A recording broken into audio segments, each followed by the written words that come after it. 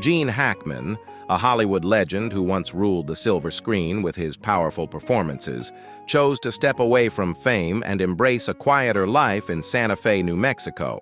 Far from the chaos of Hollywood, he and his wife, Betsy Arakawa, found solace in a 9,000-square-foot mansion nestled in the untamed beauty of the Southwest. Unlike many stars who collect lavish estates around the world, Hackman sought only one place to call home, a peaceful retreat where he could reflect on a career well lived, away from the glare of the spotlight.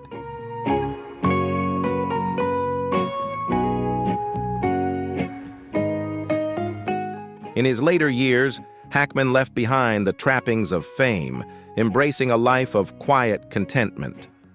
Mornings began with a steaming cup of coffee, the rhythmic strokes of his paintbrush, and unhurried walks through his garden, where the whispering breeze danced through the trees. In a world where Hollywood thrives on fleeting passion, Hackman and Betsy Arakawa stood as a testament to enduring love. No longer in the limelight, he found something far greater than recognition: serenity, like a legend who chose to fade into the golden glow of a well-lived life.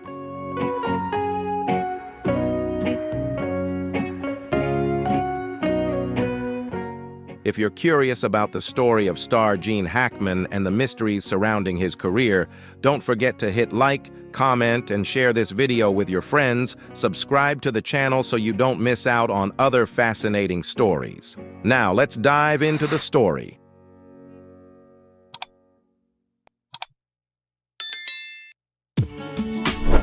They crossed paths in the 1980s when Betsy, a talented pianist, captivated Hackman with her warmth and artistry. Though he had experienced love before, it was Betsy who made him believe in true companionship. For over 3 decades, they built a life rooted in simplicity, Betsy nurturing her passion for music while Hackman immersed himself in painting and writing. Fame and headlines no longer mattered. What they sought and found was a life of quiet fulfillment, shared in perfect harmony.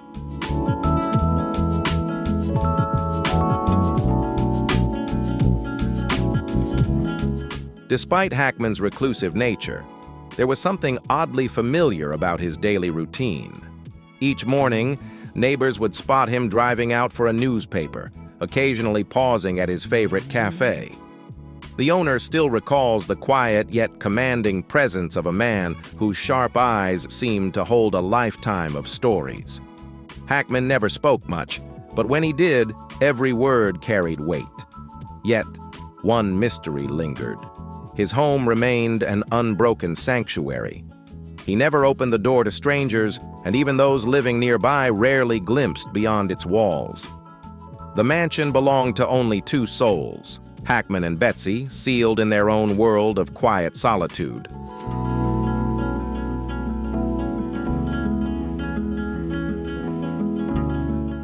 As the years went by, murmurs began to circulate. Why had Hackman withdrawn so completely? What secrets, if any, lay hidden within the walls of his sprawling estate? At first, these were nothing more than passing whispers, idle speculation among neighbors. No one could have predicted that a series of fateful events was about to unravel, a turning point that would shatter the silence and alter everything forever.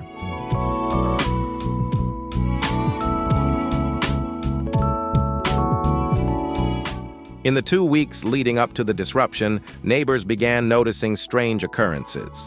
Hackman no longer made his usual morning trips for the newspaper, and at night, the mansion remained eerily illuminated, as if someone inside was restless or keeping watch. Betsy, who frequently visited the local market, had seemingly vanished from sight. No one could decipher what was unfolding behind those towering walls.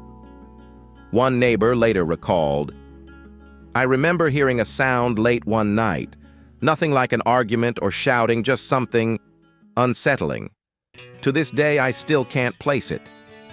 Yet at the time, no one suspected that these quiet anomalies were the prelude to something far more devastating.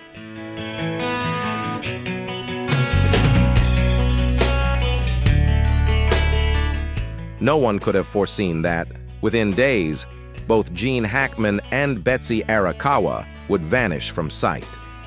It started with a small detail, a stack of untouched newspapers piling up by the front door, noticed by the mailman. Soon, neighbors grew uneasy. The house remained eerily still, no figures passing by the windows, no footsteps echoing through the halls, not even the faintest sound from within. Concern turned to alarm, and the police were finally called. What they discovered behind those locked doors sent shockwaves through Hollywood. The way Hackman had faded, how his once vibrant home had become a hollow, lifeless shell. This was no quiet retirement. It was the chilling opening scene to a tragedy darker than any role he had ever played.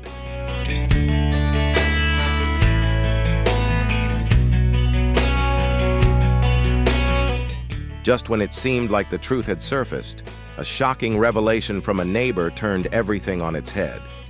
This was only the beginning. Betsy Arakawa's sudden disappearance not only rattled the quiet community, but also unraveled a web of unanswered questions. The woman who had stood by Gene Hackman's side for over 30 years, the steady, unwavering presence in his life, was now gone without a trace. And the circumstances surrounding her vanishing were far more unsettling than anyone could have imagined.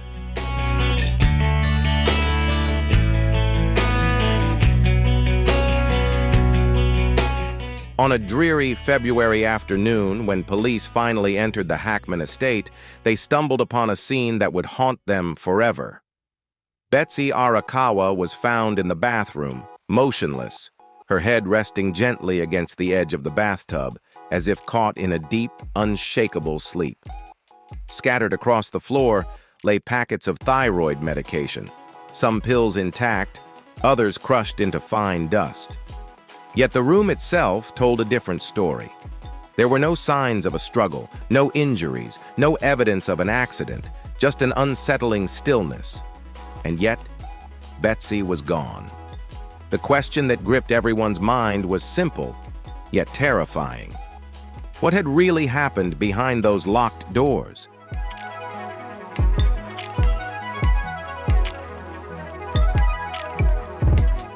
When the coroner's report was released, it pointed to a startling conclusion. Betsy Arakawa had succumbed to hantavirus pulmonary syndrome, HPS, a rare and deadly illness transmitted by rodents. The virus attacks the lungs, beginning with flu-like symptoms before rapidly escalating into respiratory distress, lung failure, and ultimately, organ shutdown. Yet, an unsettling mystery remained. A thorough search of the Hackman estate revealed no traces of rodents, no nests, no droppings, no telltale signs of infestation. There was no logical source for the virus within the mansion's pristine walls. If there were no rodents, then where had the virus come from? And more importantly, was it really an accident?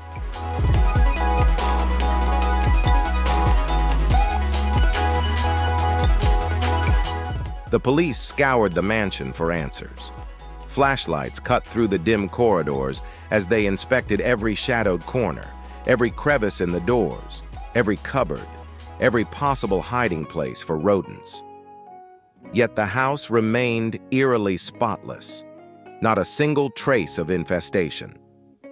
Shifting their search to the garden, they finally stumbled upon the first hint of something unusual.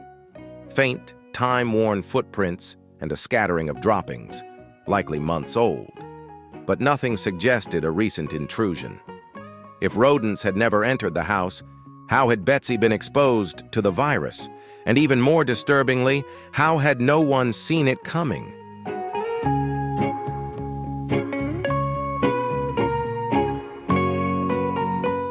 A deeper forensic investigation uncovered a chilling detail. Betsy's death was estimated to have occurred around February 11th, yet her body remained undiscovered for days. In that time, no one seemed to notice her absence. There were no phone calls from Betsy, no routine trips outside, no grocery runs. Even delivery drivers reported an eerie stillness, no orders, no requests from the Hackman estate. The silence surrounding her disappearance raised disturbing questions. Had someone known about her fate before the body was found? What happened in those lost days? And how could a woman from such a prominent household simply vanish without a trace of concern? Each revelation only deepened the unsettling mystery.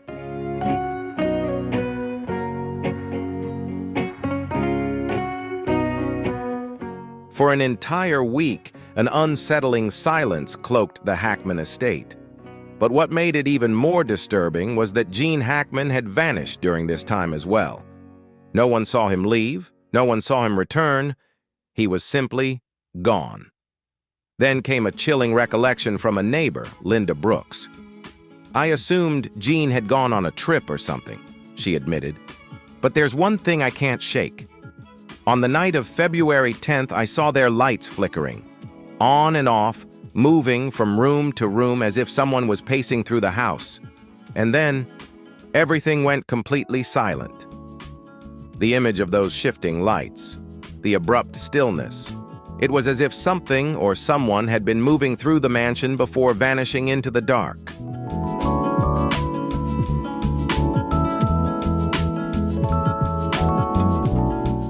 What does this suggest? Gene Hackman was in the house when Betsy fell ill, yet no call for help was ever made. Why? Why didn't anyone rush her to the hospital? How could a man who had commanded the screen for decades remain so passive in real life? It was a chilling paradox, an iconic figure, known for portraying characters who took charge in moments of crisis, now seemingly frozen in his own home. Had he been paralyzed by fear? Or was there something more sinister at play? The deeper the questions ran, the darker the mystery became.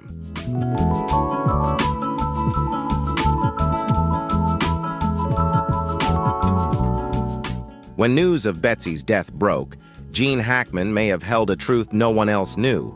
Yet instead of shedding light on the mystery, the media only deepened the confusion. A chilling theory emerged. Betsy couldn't have contracted the virus inside the house. So where had it come from? And even more puzzling, where was Gene Hackman in the days that followed? Then an unexpected twist. The FBI became involved, despite there being no clear signs of a crime. Why? What had they discovered? The questions only multiplied and the answers remained elusive. But one thing was certain. This story was far from over.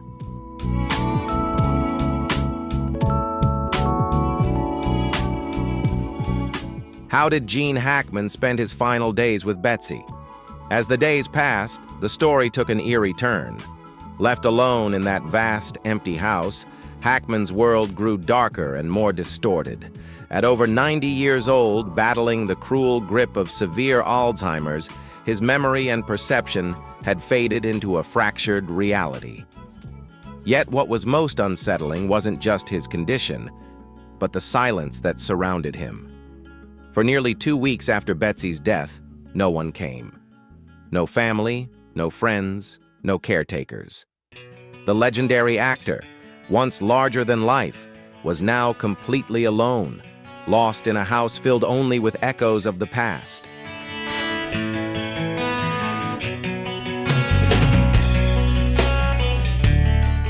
What unfolded after Betsy's death remains a haunting enigma. Yet, from the evidence pieced together, a grim reality takes shape. Gene Hackman, once a commanding presence, wandered aimlessly through his own home, trapped in a fog of confusion he couldn't escape. He didn't know what had happened to Betsy, didn't know why she was gone. No meals were prepared, no one came to check on him, and the mansion grew colder with each passing day. The home phone remained functional, yet Gene never called, or perhaps lost in time, he had simply forgotten how.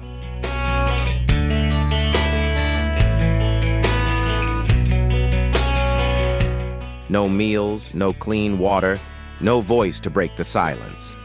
Gene Hackman, the titan of Hollywood, once known for portraying sharp, commanding figures, was now a prisoner in his own home, unaware of his slow descent.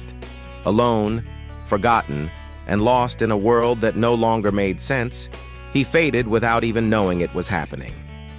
When the police finally discovered his body on February 26th, he had already been gone for over a week, most likely since February 18th. A legend who had once ruled the screen had slipped away unnoticed, leaving behind only an unsettling mystery.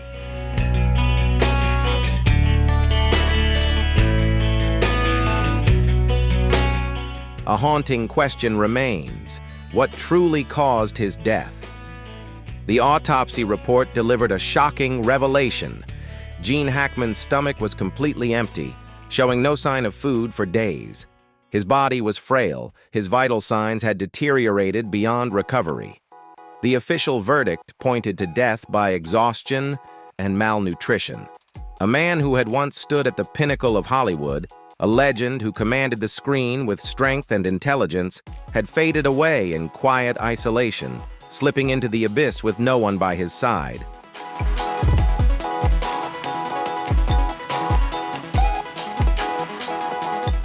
When the truth came to light, outrage followed.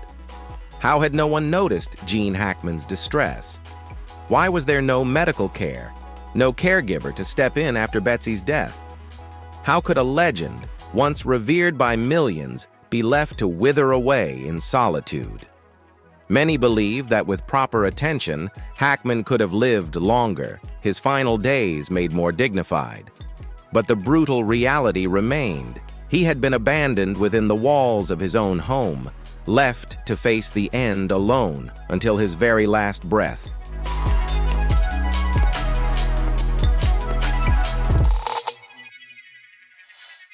Gene Hackman had once embodied intelligence and resilience, a towering figure in Hollywood's golden age. But as the lights of fame dimmed and the world moved on, he was left with nothing but an empty house and a bitter truth. He had been forgotten. No grand tributes, no front-page headlines honoring his legacy, just silence. The industry that once celebrated him had turned away, leaving only a hollow memory of what once was. Barbara Lenehan captured the tragedy in a single chilling remark: "He deserved better than this."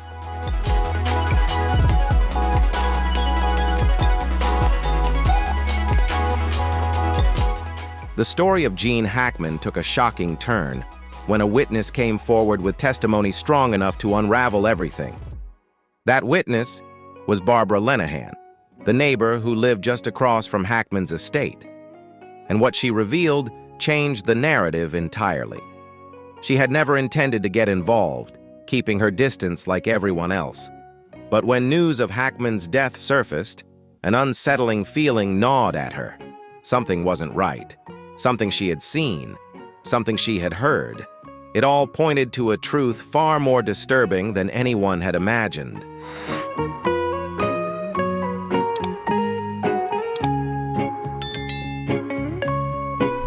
Barbara Lenehan recalled a seemingly ordinary moment just days before Betsy's death. She had seen Betsy strolling through the backyard, offering a casual smile as their paths briefly crossed. Nothing seemed unusual. She looked perfectly fine. I didn't see any signs of illness, so how could she have suddenly passed away in less than a week?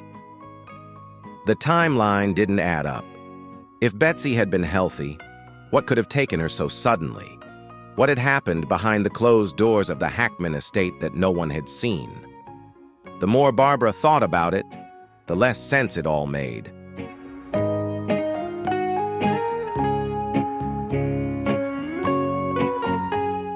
The mystery surrounding Gene Hackman only deepens as new revelations come to light. With every detail uncovered, the questions surrounding Betsy's death grow more unsettling.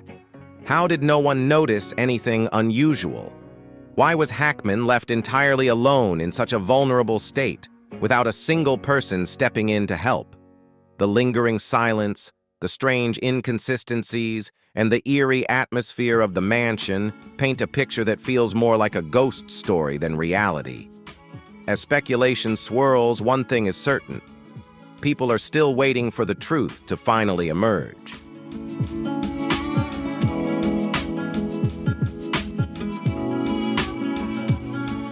Gene Hackman took his final breath on February 18th. his body left undiscovered for over a week. There were no visible injuries, no signs of violence, but the evidence spoke for itself. Exhaustion, dehydration, and starvation had slowly drained the life from him. The mansion remained untouched, undisturbed. No break-ins, no struggle, just an unsettling stillness that hung heavy in the air. It was as if something unseen had lingered within those walls, an invisible presence watching as time swallowed him whole. Yet, even that wasn't the most chilling part of the story.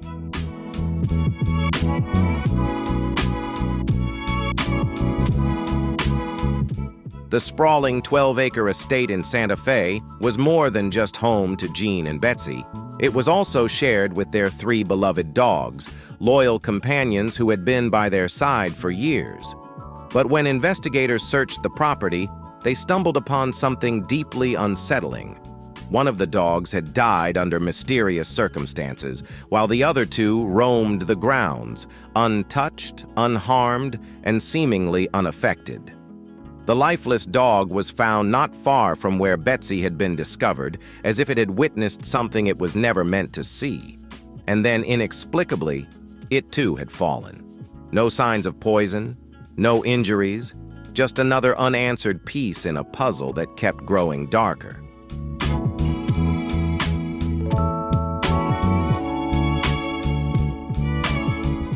The real question remains. What truly happened inside that mansion? Betsy was the first to go, followed by Gene Hackman, and then, mysteriously, a dog. Yet no one knows what transpired in those final days. Even seasoned investigators, despite their skepticism, admitted that something about the house felt off. The details didn't add up. Why was Hackman found in a small, cramped room instead of his bed or couch? Why hadn't he called for help, despite a working phone being within reach? And most disturbingly, how had a man who once commanded such strength and control lost everything, trapped in a game he never realized he was playing?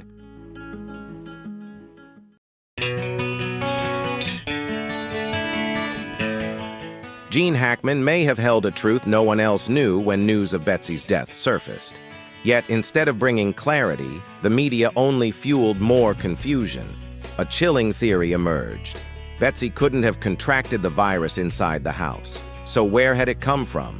And even more unsettling, where was Hackman in the days that followed? Then, an unexpected twist. The FBI became involved, despite no clear evidence of a crime. Why? What had they uncovered that others had overlooked? With each new question, the mystery only deepened, and the answers remained just out of reach.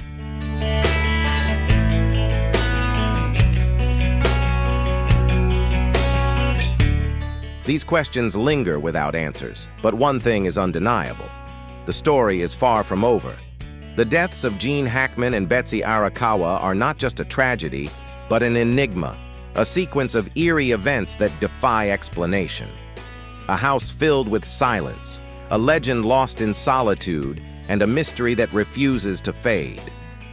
What truly happened within the vast, secluded mansion in Santa Fe? The truth remains just beyond reach, waiting to be uncovered.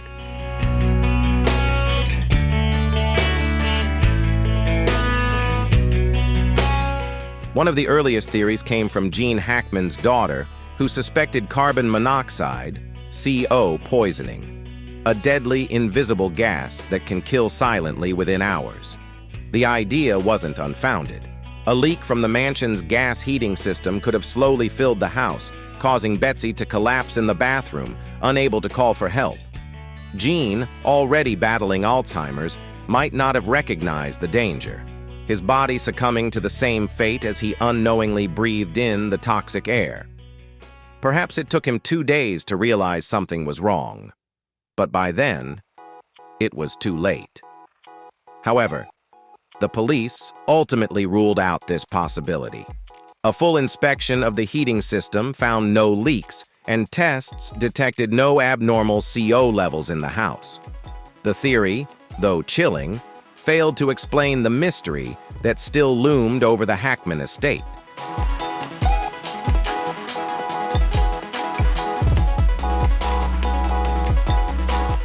Another theory points to hantavirus pulmonary syndrome, HPS, the confirmed cause of Betsy Arakawa's illness, a rare and deadly disease transmitted by rodents. Yet, uncertainty remains. Where did the virus originate? Neighbors had never reported seeing rodents in the area, and investigators found no traces of them inside the estate. Without nests, droppings, or any clear evidence of an infestation, the source of the virus remained a mystery. Some medical experts even questioned the diagnosis, suggesting that in the rush to find an explanation, a more critical cause may have been overlooked. The more the pieces were examined, the less they seemed to fit.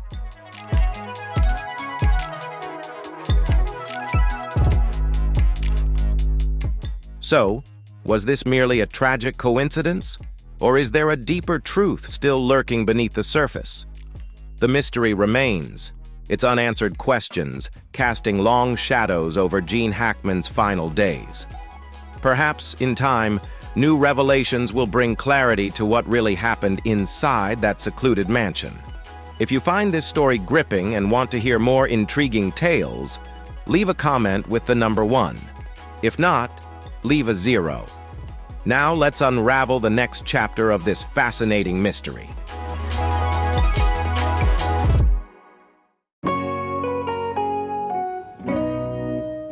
The most pressing question remains, why wasn't Gene Hackman found sooner? As a Hollywood legend, he had family, friends, and admirers. So how did nearly 2 weeks pass without a single visit or call? Who was meant to look after him? No medical staff was contacted, no concerned relatives checked in, and neighbors never saw him step outside. A man who once commanded the silver screen, celebrated for his brilliance and strength, was left to fade away in silence. His fate sheds light on a larger issue, one that extends beyond fame, about the responsibility and care for elderly individuals, whether they are icons or ordinary people.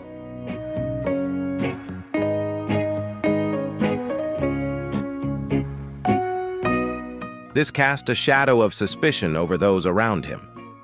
Did someone know the truth but choose to stay silent? Was Gene Hackman abandoned in his time of need? Some whispers even suggest a darker possibility, that he may have been left to waste away, his hunger not just a symptom, but a consequence of neglect. If true, this would be more than just a tragedy. It would be an act of unforgivable wrongdoing. Yet, without concrete evidence, no accusations could be made. The unanswered questions only deepened the mystery, leaving behind a sense of unease that refused to fade.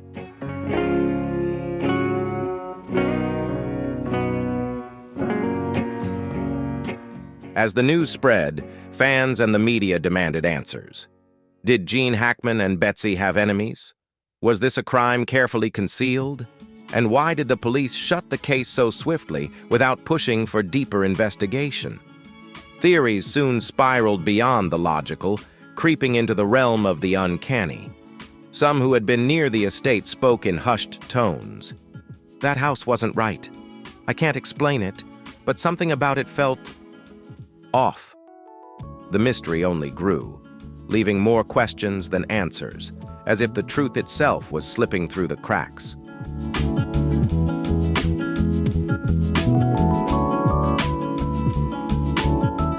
Rumors surrounding the Santa Fe mansion spread like wildfire.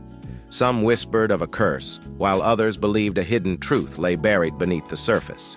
But one undeniable fact remains. The full story may never come to light. Gene Hackman's fans still struggle to accept how such a titan of Hollywood could fade into obscurity, alone and unnoticed.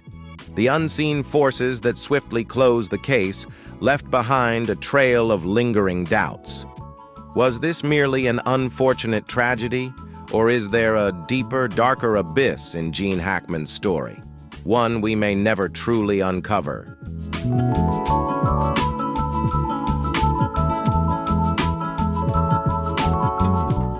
Gene Hackman, a towering figure in cinema, a man who once ruled Hollywood, met his end alone, his final days shrouded in uncertainty and unanswered questions. Yet, what is his true legacy? His triumphs on screen cast a long shadow over the tragedy of his final years, a reminder of the brilliance that defined him. But what of the mansion where he spent his last moments? Will it stand as a solemn monument to his solitude, or simply fade into obscurity, swallowed by the unsolved mysteries that linger within its walls?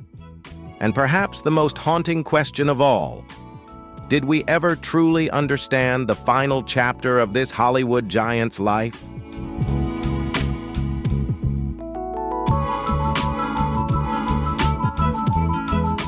Gene Hackman remains one of Hollywood's most iconic legends.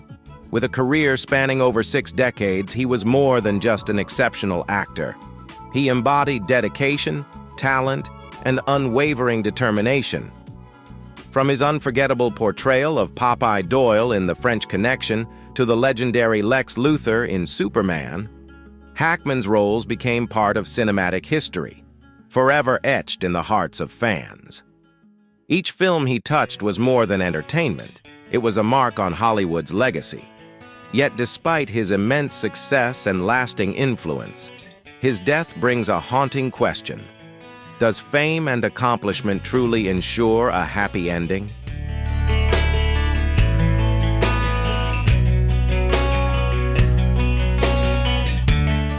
After Gene Hackman's death, his estate became the center of intense speculation. Some believed it would stand as a lasting tribute, a place where fans could come to honor his legacy. Others, however, felt the mansion was tainted by the sorrow and mysteries within, a place forever marked by tragedy. The thought of the 12-acre estate, where Hackman's final days passed unnoticed, sent chills through many. It was no longer just a house. It had transformed into a haunting symbol of isolation and unanswered questions. The debate lingers. Will the family hold on to it as a testament to his life, or will it be sold to release the weight of the painful past? Who will dare to step foot into the scene of one of Hollywood's most chilling and unsolved tragedies?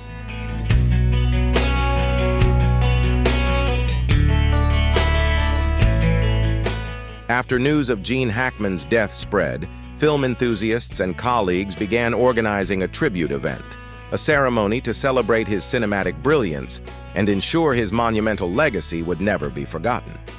But for some, a lingering question remained. Can we truly honor a legend when the mysteries surrounding his death still haunt us? Are we celebrating his life, or are we glossing over a truth that someone once tried to bury? Is there a deliberate effort to let his story fade into silence? What could his family, friends, or even Hollywood be hiding from the public, keeping locked away in the shadows of his untold final days?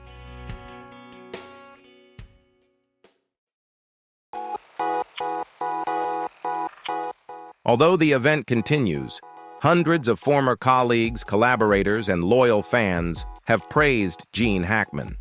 His films are being replayed, iconic scenes revisited, but a quiet unease still lingers in the air.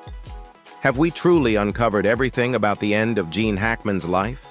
Despite the tributes and the fond memories, there's a sense that something remains unresolved, hidden in the shadows. His career spanned decades, his legacy secured, but the mystery surrounding his final years and the unanswered questions only add to the intrigue. Was there more to his story, left untold?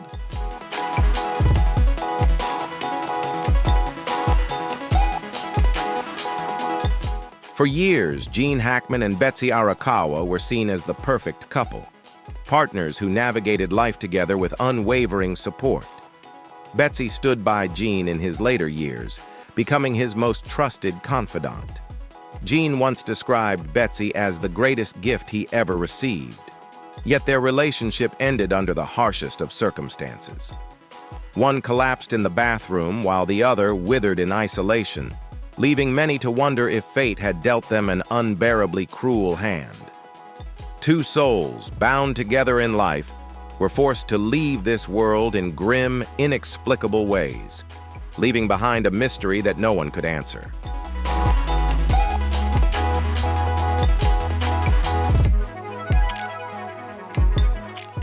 Gene Hackman seemed to have it all: fame, a remarkable career, love, and wealth. But in the end, what was left was a man who had once shaken Hollywood, quietly fading away without anyone noticing. A figure who once commanded millions under the spotlight, now left in the shadows of his own home. His greatness is indelible, but was his departure a cautionary tale? Does fame truly protect us from the depths of loneliness? Can wealth ensure a peaceful, fulfilling end? Ultimately, all we have is ourselves. No one can answer these questions for certain, but one truth remains. Gene Hackman's story is more than just an ending. It's a legend, a tragedy, and a mystery that endures.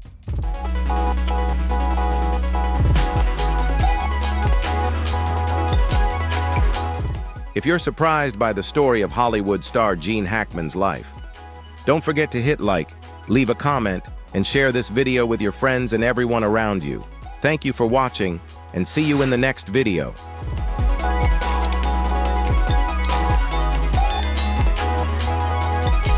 A shocking rumor has been making waves, suggesting that Hollywood legend Gene Hackman was preparing to expose several high-profile figures linked to the Epstein scandal just before his passing.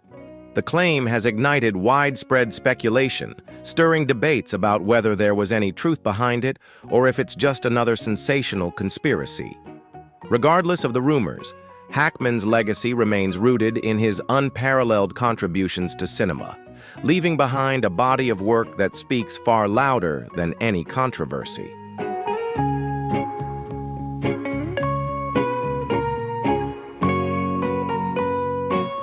Is there any truth to this claim? Or is it just another unfounded conspiracy theory? In this video, we take a deep dive into the rumors surrounding Hackman's final days, examining the origins of these allegations and whether there's any real evidence behind them. Was the Hollywood legend truly preparing to expose shocking secrets, or is this just speculation fueled by intrigue? Let's uncover the facts and separate truth from fiction.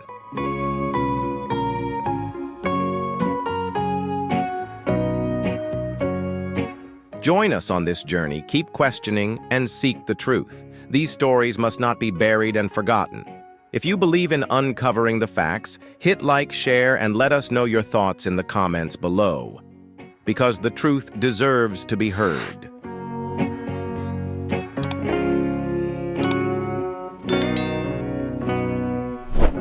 Gene Hackman, a Hollywood legend, an irreplaceable icon of the silver screen. His name etched in cinematic history through unforgettable roles in Unforgiven, The French Connection, and countless other classics. For decades, he was admired not only for his extraordinary talent, but also for his fiercely private life, steering clear of the scandals that often plagued the entertainment industry. But then, on that fateful day, the world was rocked by the sudden passing of Hackman and his wife. What made the tragedy even more unsettling was the eerie timing, coinciding exactly with the highly anticipated release of Jeffrey Epstein's client list. A mere coincidence, or something far more sinister?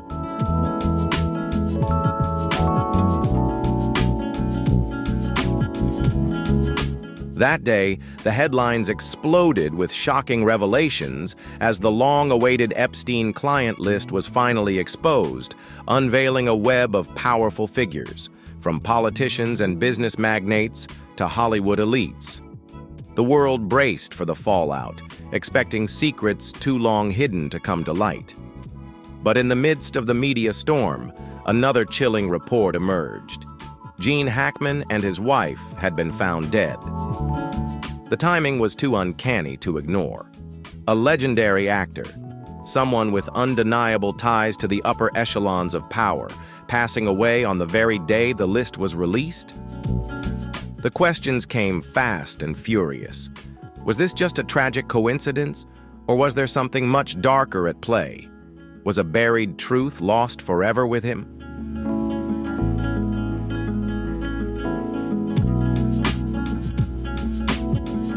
As the news spread, people began dissecting every detail surrounding the event. First, The location: Gene Hackman and his wife were found in their private home, a residence known for its top-tier security. There were no signs of forced entry, no prior reports of disturbances. Everything appeared unnervingly perfect, almost too clean. Then came the timing. Why that exact day, just as the Epstein list was unveiled? If this was mere coincidence, it would rank among the most improbable in history. Hackman's devoted fans immediately took to social media, igniting debates and fueling a wave of conspiracy theories. Some speculated that he possessed critical information related to the Epstein case, while others believed he may have been silenced permanently. Was this truly just fate? Or was there something far more sinister at play?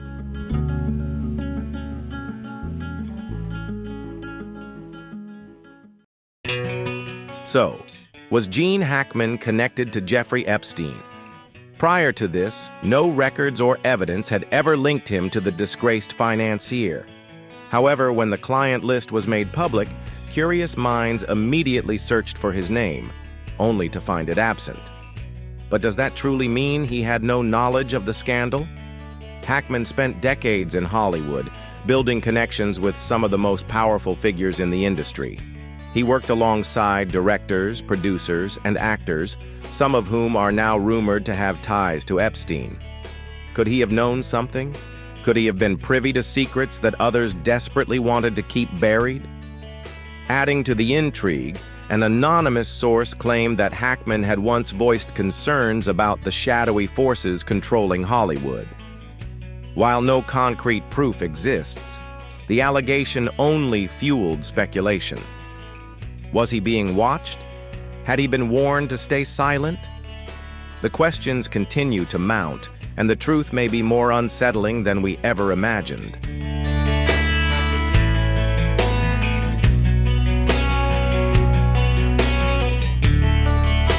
If you want to stay informed on more fascinating stories and breaking news about major events, be sure to hit the subscribe button and turn on the notification bell so you never miss an update. Share your thoughts in the comments below. What do you think about these theories? We'd love to hear your perspective and dive deeper into more captivating discussions together.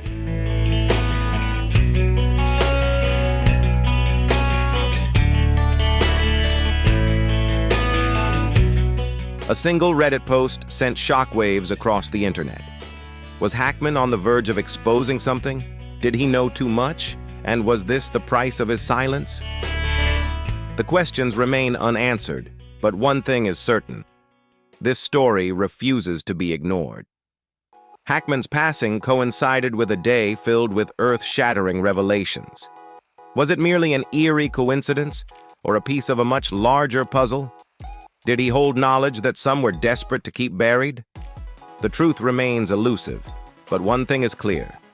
The public won't let this mystery fade into obscurity.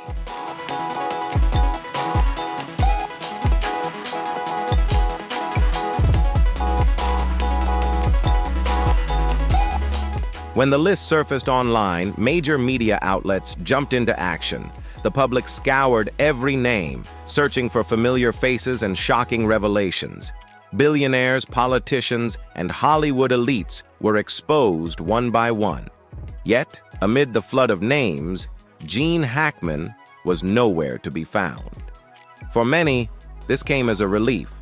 Hackman had always been known for his immense talent, his fiercely private nature, and his deliberate distance from the scandals that often consumed Hollywood.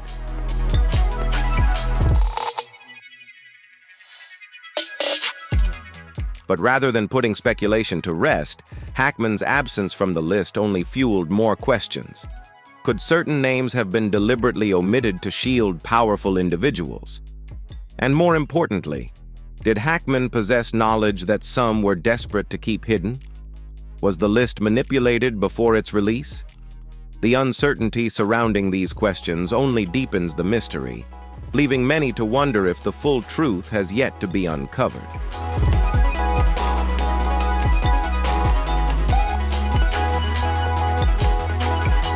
One of the most hotly debated topics on online forums is the credibility of the Epstein list. Many suspect that it was altered before being made public, with crucial names deliberately removed. Ever since the case first emerged, documents tied to Epstein have been under strict control. Key files have mysteriously vanished, and numerous witnesses have either gone silent or withdrawn from investigations. With so much secrecy surrounding the case, it's no surprise that people continue to question whether the full truth has been revealed.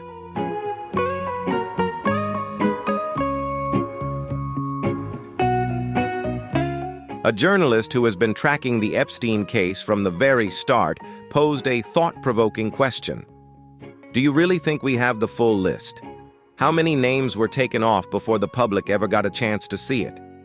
Their statement only intensified suspicions, raising concerns about who might be shielding powerful figures from exposure.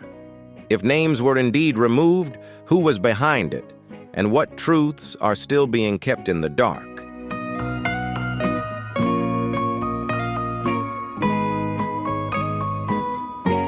And this is where Gene Hackman resurfaces in the discussions. Some believe that if Hackman had planned to reveal something, he might have had access to the real list, an uncensored, unedited version. But if that were true, how did he obtain it? And more importantly, who would have had the most to lose if he spoke out?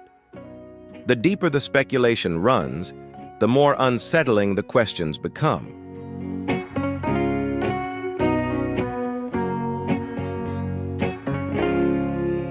Although Gene Hackman's name does not appear on the list, that doesn't necessarily mean he was entirely disconnected from the case.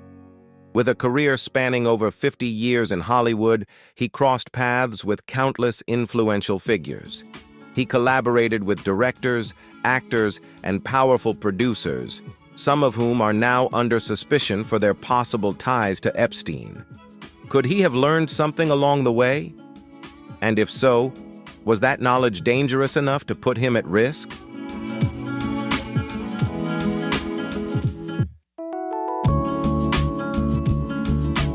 Throughout his career, Hackman deliberately distanced himself from Hollywood's glitzy social scene. In 2004, he walked away from the industry entirely, choosing a quiet life in New Mexico. But was his decision purely personal, or had he seen something that made him want to leave it all behind? Could there have been a deeper reason for his sudden departure, one that has remained hidden until now?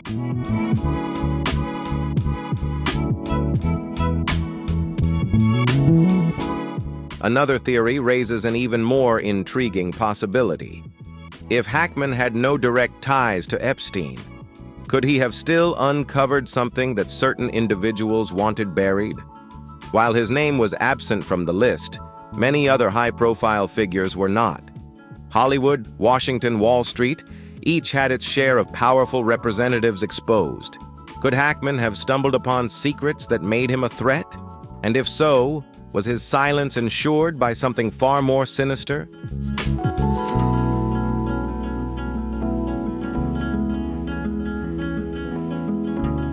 Some powerful figures swiftly denied the allegations, while others chose to remain silent. As new articles surfaced, exposing fresh details, one undeniable truth remained. None of the names on the list faced significant legal repercussions. A few investigations were launched, but over time, the noise faded and the scandal slowly slipped from the headlines. Was justice ever truly pursued? Or was this yet another case of the powerful protecting their own?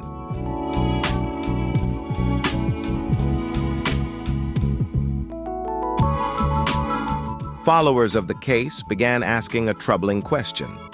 Why does the truth always seem to be buried just as it begins to emerge? The silence from mainstream media only deepened suspicions, as major outlets selectively reported on certain names while seemingly ignoring the most powerful figures. As the chaos unfolded, yet another theory gained traction. Could Gene Hackman have been preparing to expose something critical? And if so, did someone ensure he would never get the chance?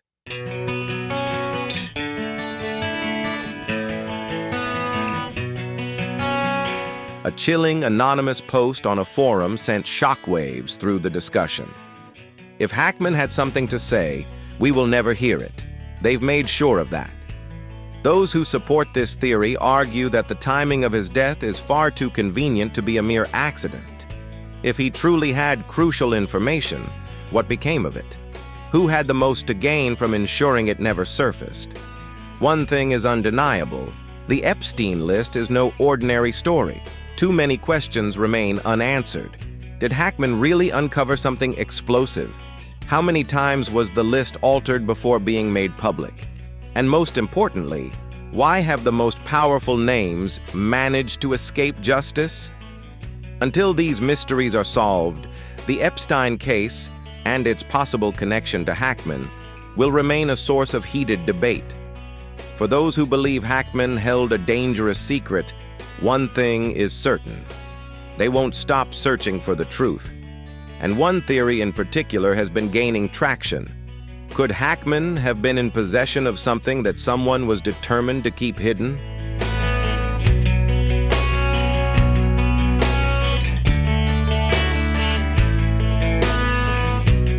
Gene Hackman was never a name linked to scandal. He valued his privacy, keeping his distance from Hollywood's chaos. Yet according to some sources, his behavior had recently become unusual. A longtime friend who chose to remain anonymous told a local newspaper that Hackman seemed increasingly uneasy. I don't know what it was, but it was big. He told me some things are better left unsaid, but sometimes the truth has to come out. These words sent chills through those following the case.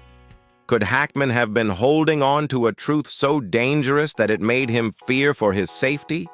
And if so, was this secret the reason behind his sudden death? The speculation only grows, leaving behind more questions than answers.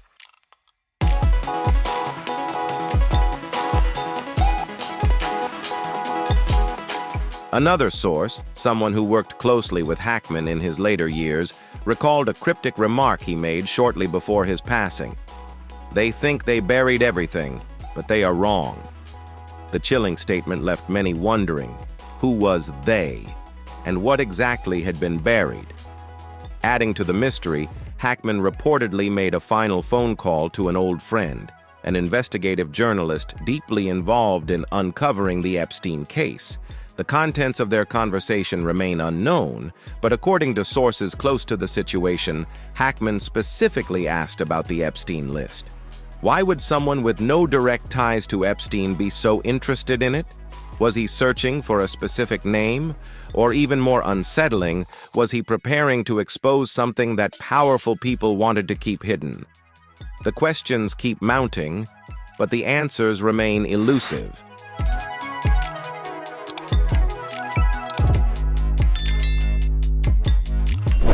Shortly after Hackman's death, a disturbing discovery was made.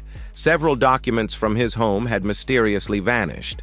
Notes, letters, and even some of his old emails were missing. Hackman wasn't the type to keep trivial paperwork, so if he had held on to something, it was likely of great importance. One of the most unsettling details was the disappearance of a hard drive he frequently used. According to a close friend, Hackman had always guarded it carefully, yet after his passing, it was simply gone. It vanished as if it had never existed. What could this hard drive have contained? Could it have held key information about Epstein or even something more explosive? An investigative journalist later suggested that Hackman may have sent a crucial email just before his death, yet no trace of it was ever found. Some speculate that the email could have been remotely deleted or even intercepted before reaching its intended recipient. If true, it raises a haunting question.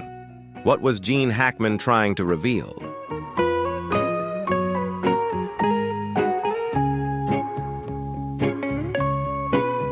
A bolder theory suggests that Hackman may have sent this email to a journalist or an organization, but they were silenced through threats. Is this the truth? Did Hackman attempt to reveal something but was stopped by someone?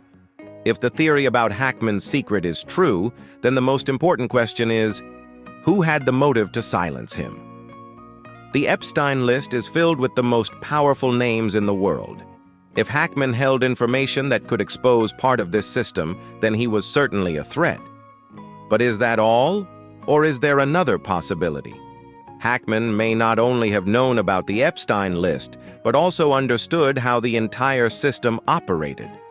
Some conspiracy theories suggest that Hackman might have known about a larger, more secretive network beyond just the Epstein case. If this is true, then the motive to silence him becomes even stronger. After Hackman's death, no one can answer the crucial questions. What did the missing documents contain? Who deleted Hackman's emails? Did Hackman truly plan to reveal something?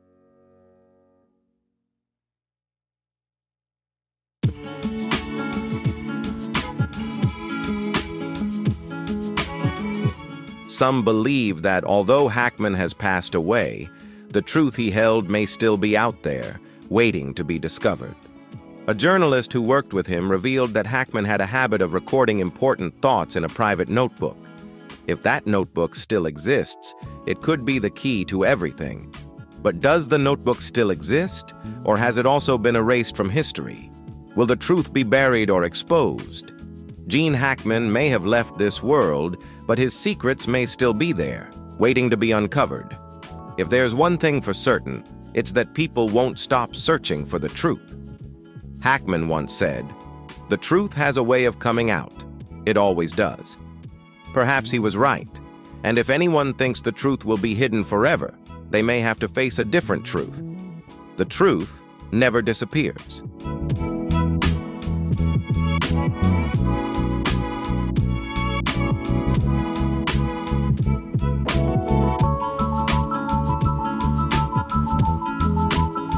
Close associates of Gene Hackman reveal that before his death, he had a mysterious conversation with an old friend in the journalism industry. This conversation took place just a few days before Hackman passed away. An anonymous source disclosed that Gene was worried about something. He mentioned that he had discovered something big, something that could shake everything in ways no one could expect. This friend later tried to reach out to Hackman several times, but received no response. When hearing of Hackman's death, the person couldn't help but feel a chill. Did he know something he wasn't supposed to know?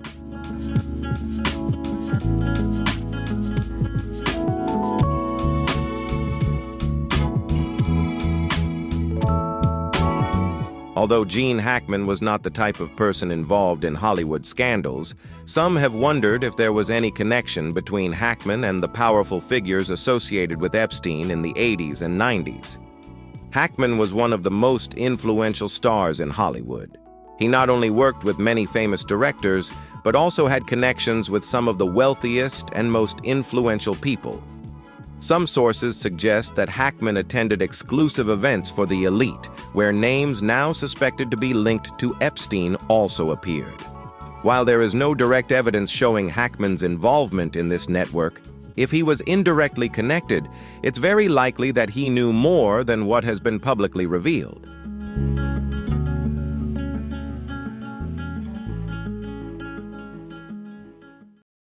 History has witnessed many cases of people who knew too much about secret systems and underground criminal networks meeting tragic ends.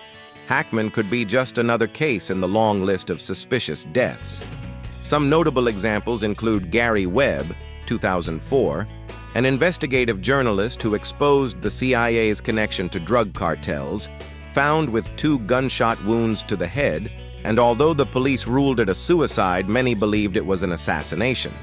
Michael Hastings, 2013, a journalist who exposed a U.S. military scandal, had his car suddenly accelerate and explode in the street, despite having told friends he was being followed. Jeffrey Epstein, 2019, one of the central figures in the notorious scandal, was said to have committed suicide in his jail cell, despite surveillance cameras being conveniently malfunctioning at the crucial time. If Hackman truly knew something related to the Epstein list or the powerful people behind the case, his death might not have been a coincidence.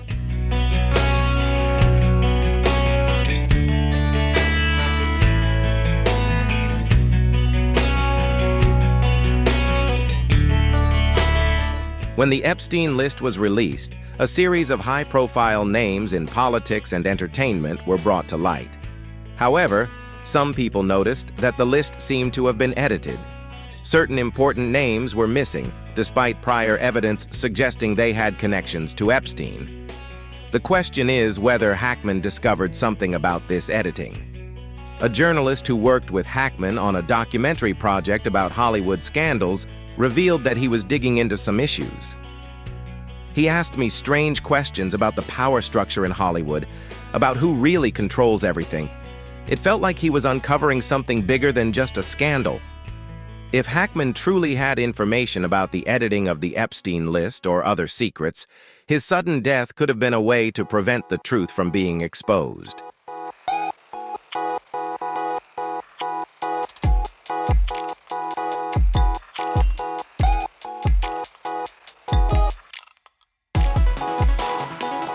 After Hackman's death, many in the film and media industry became reluctant to speak about him.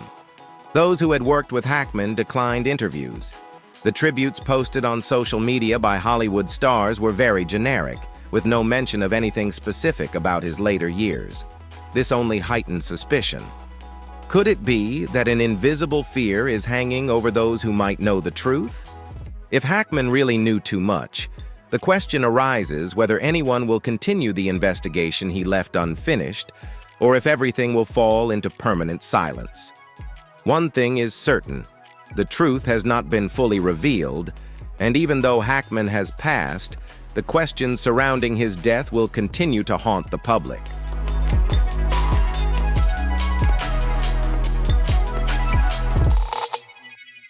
The truth has a way of revealing itself. It always does. Will that day ever come, or will everything be buried forever?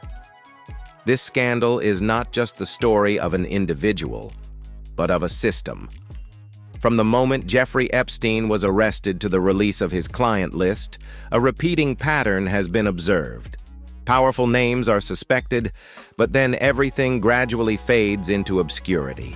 After Epstein's mysterious death in prison, people believed justice would be served, that those involved would be exposed.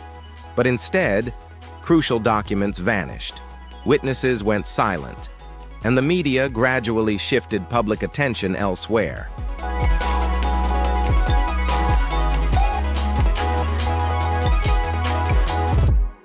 The biggest cover-ups don't happen in the shadows. They happen right in front of us, disguised as breaking news. Gene Hackman, a Hollywood legend, passed away at the exact time this list was released. Could it be just a coincidence, or part of a bigger game? Hollywood has long been seen as a glamorous land, where blockbuster movies are born and stars become idols to millions. However, behind that shiny exterior, it's also a world full of secrets, hidden deals, and powerful figures pulling the strings from behind the scenes.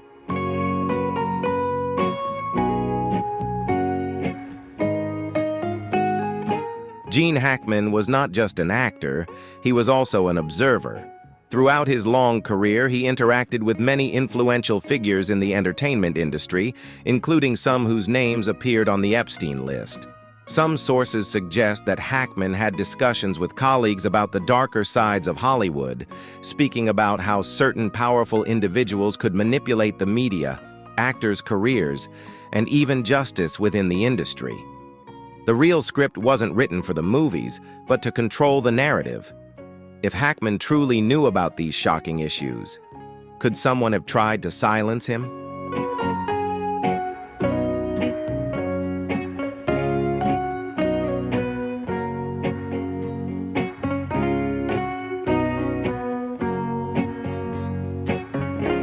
The issue with the Epstein list is not just a Hollywood story, but also ties into politics, business, and the world of the elite. The names under suspicion include national leaders, world-class entrepreneurs, and high-ranking figures in the entertainment industry, but it seems that very few of them actually face consequences. There is an unspoken rule in politics: real power never reveals itself. Those who control the system always find ways to ensure that the most important secrets never get exposed. It's not what you know, but who controls what you know.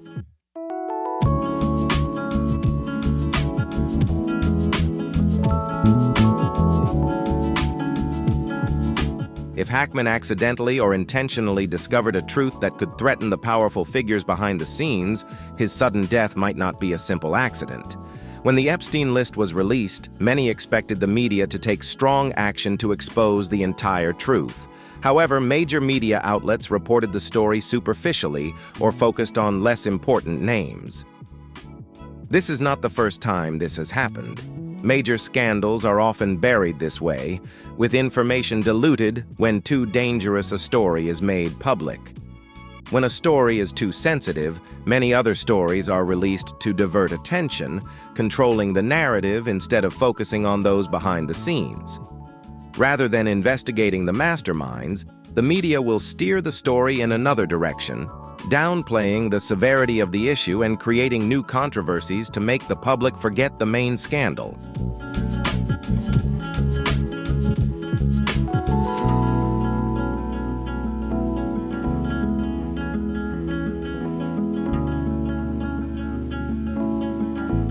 Is the media truly free, or is it just a tool for controlling information? Press freedom only truly exists if those who own the media allow it. With all these factors in mind, Gene Hackman's death becomes even more mysterious. Did he really know too much, or was he just a victim of a series of strange events? While many questions remain unanswered, one thing is certain: those in power always find ways to keep secrets. The truth is not always made public. It is often concealed under layers of fog. The silence surrounding the Epstein list, along with the suspicions surrounding Hackman's death, only fuel more troubling theories.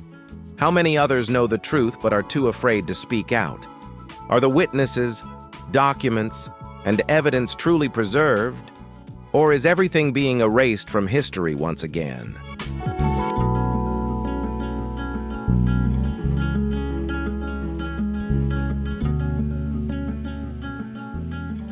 So what really happened? What was Hackman preparing to reveal? What documents did he hold that might have threatened someone's interests? Who had the motive to silence him forever? No one knows the answer for sure, but one thing is clear: a part of this story has been erased from history. Although the media has tried to divert attention, the internet remains a place where unanswered questions can persist. Forums and social media discussions continue to raise doubts. Is anyone truly investigating Hackman's death? Was the Epstein list altered before being released? Who controls the documents Hackman left behind?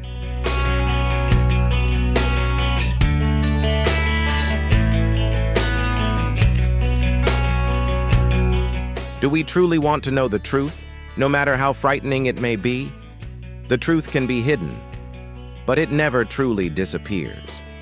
If history has taught us anything, it's that every secret will eventually be revealed if enough people dare to search for it, ask questions, and keep looking. Because the truth only exists when someone is willing to protect it. The only thing stronger than a secret is a mind that refuses to forget.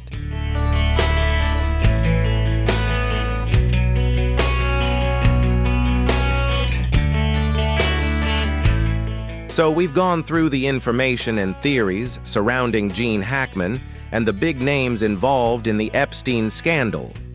While this story still has many unclear aspects and a lot of unverified factors, it certainly makes us think about the major events that may have been concealed. If you found this video helpful, don't forget to like, share, and subscribe to the channel so you won't miss any upcoming updates. Thank you for watching, and I'll see you in the next video.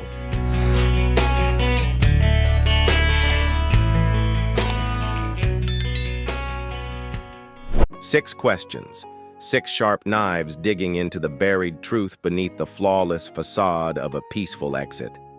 But no departure is ever truly peaceful when the hand of the hidden one still lingers, lurking between pieces that never quite align, between final breaths no one truly hears. Gene Hackman may be gone, but these 6 questions remain, waiting for answers that have yet to be uncovered.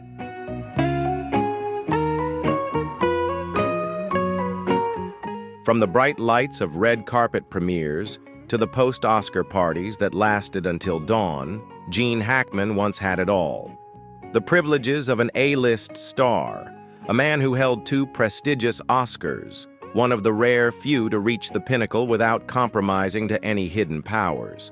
But behind that dazzling glory was a Gene Hackman quietly shutting doors, pushing away all of Hollywood's flashy invitations and rejecting everything people called glory.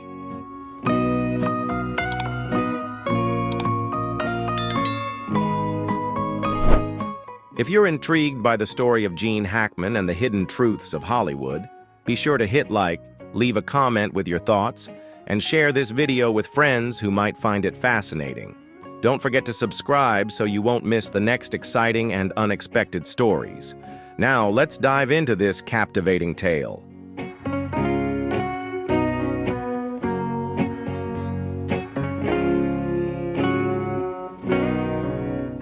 By the late 1980s, when his career soared with films like Mississippi Burning and Unforgiven, Gene Hackman began pulling away from the major events, award ceremonies, and photos with colleagues sipping champagne.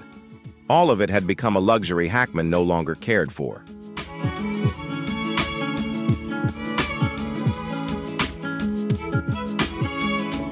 Hollywood had no loyalty, no conscience, only an unrelenting drive for profit.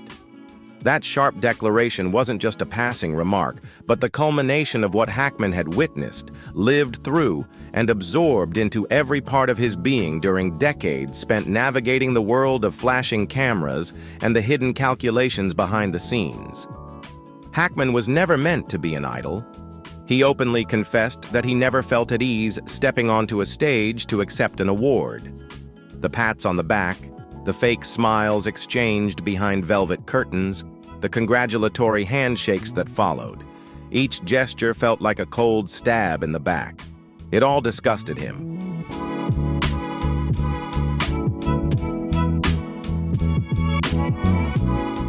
Hackman once shared a story with a close friend about the moment he received his first Oscar for his role in The French Connection.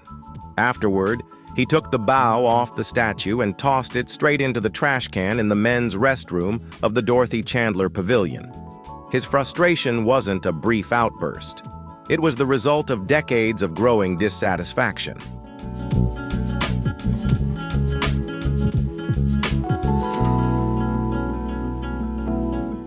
From the moment Hackman entered the industry with nothing more than a simple dream to pursue his passion for acting, he once said, "I didn't come here to be famous, I came here to work." But he soon learned that Hollywood wasn't a place to nurture passion. It was a machine built to consume any soul that dared to dream too deeply of fairness or pure art. For a long time, Hackman became a thorn in the side of Hollywood's hidden powers.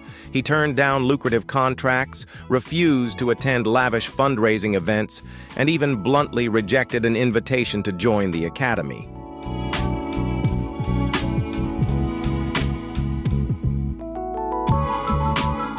Hollywood was a massive trap, where the vulnerable were quick to betray each other just to survive another season. So, Hackman took a nearly unheard-of route.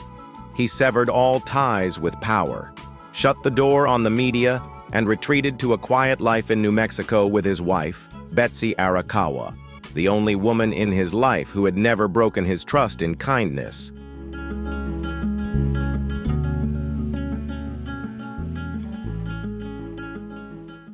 Even as Hackman tried to cut all ties with Hollywood, he couldn't shake the relentless presence trailing him. Calls from famous directors, scripts sent to his home, despite no one knowing his exact address. Everything felt like ghosts clinging to his life, constantly reminding him that no one could ever truly escape Hollywood's grip.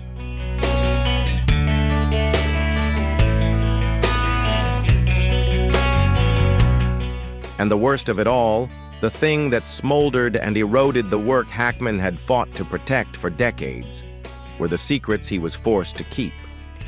Secrets about the backstage parties, The covert deals between powerful producers and young stars willing to sacrifice anything to step onto the red carpet. Hackman knew it all, and he despised himself for remaining silent. So, in his final days, when sharp pains in his chest forced him to confront the fragility of life, Hackman broke the silence he had kept for nearly 50 years. What he said became the first piece in the chilling puzzle of Hollywood he had long been part of.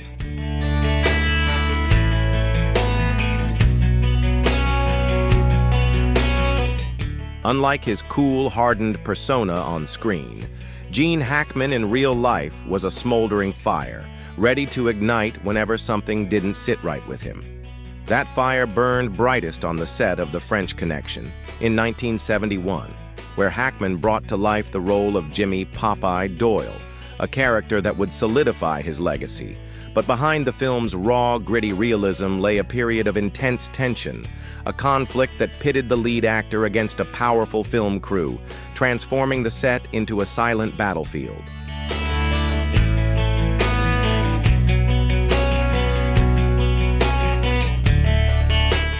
Director William Friedkin was a towering figure in the industry, but his approach to filmmaking was a nightmare for anyone unwilling to conform. Known for his brutal methods, Friedkin pushed actors to their physical and mental extremes in pursuit of raw, authentic performances. However, for Hackman, the struggle wasn't just with a merciless director.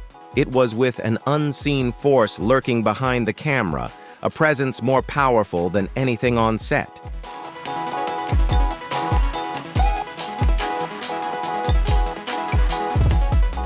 From his very first days on set, Hackman could feel the weight of unseen eyes upon him, not just from the production team, but from somewhere far more unsettling. There were private calls, subtle offers from men he had never encountered before. They didn't talk about scripts, acting, or anything remotely artistic. Instead, they laid out conditions, terms in exchange for invisible support, the kind of backing that could either make or break a career. In time, Hackman would refer to it as the dirty deal lurking behind the scenes.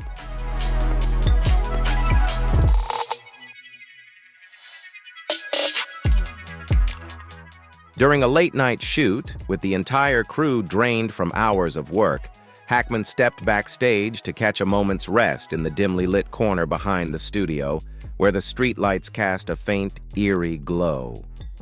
That's when he overheard it. A brief, hushed conversation between the producer and an unfamiliar man. The whispers mingled with the smoke from a cigarette, but Hackman heard enough. His role, the upcoming awards, even the trajectory of his career, it had all been decided long before.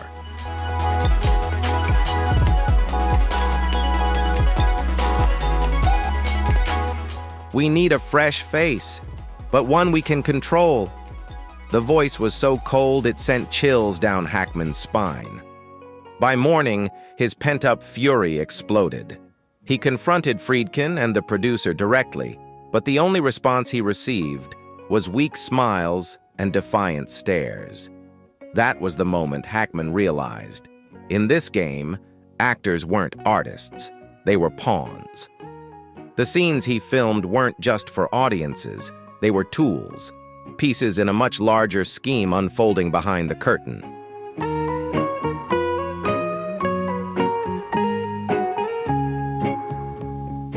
From that moment on, Hackman refused all private meetings with producers and steered clear of exclusive parties where secret deals were masked as friendly gatherings. He understood that stepping through those doors meant paying a price, not just with his career, but with his very soul. Few knew that Hackman was offered leading roles in at least 3 blockbuster films during the 1970s, all of which later won Oscars. He turned them down, not because of the scripts, but because each offer came with a list of conditions that had nothing to do with art.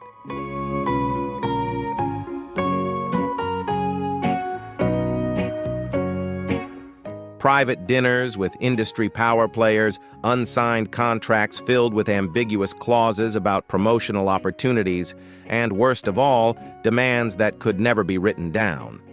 Demands so infuriating that Hackman was said to have torn a script apart the moment he finished reading it.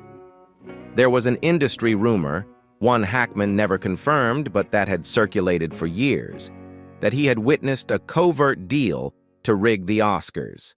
A powerful producer, quietly negotiating with an Academy media representative, not about the film's quality, but about a post-award publicity package that ensured the win had nothing to do with merit.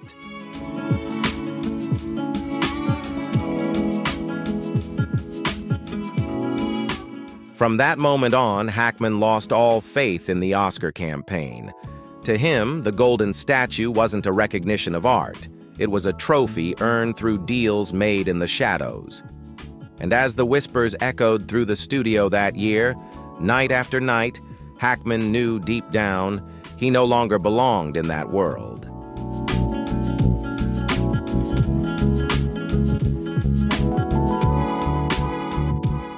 In the small seaside room in Santa Fe, where Gene Hackman spent his final years seeking refuge from the noise of the world, an old phone rang late into the night. On the other end was a familiar voice, his closest friend of decades, the only person Hackman trusted enough to share the truths he had kept hidden since his youth. But this time, Hackman wasn't calling to reminisce.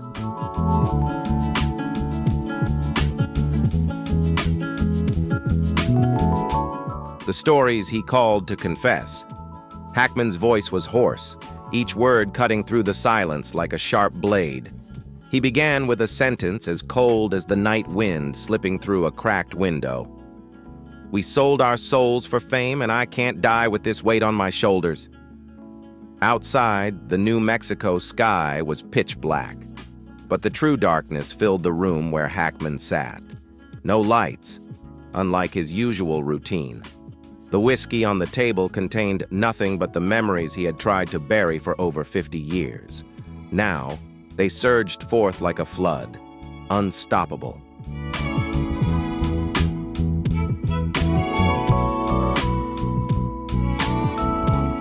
Hackman recounted it slowly, as if each word was a heavy stone pressing against his chest. He spoke of a night in 1974, inside a Beverly Hills mansion. Not just a gathering of A-list stars, but a room teeming with powerful figures from media, production, and politics. It wasn't just a party. It was the night Hackman was first inducted into the inner circle. A group of veteran actors celebrated by Hollywood in the press, yet behind the scenes, they held secrets too dangerous to ever be revealed.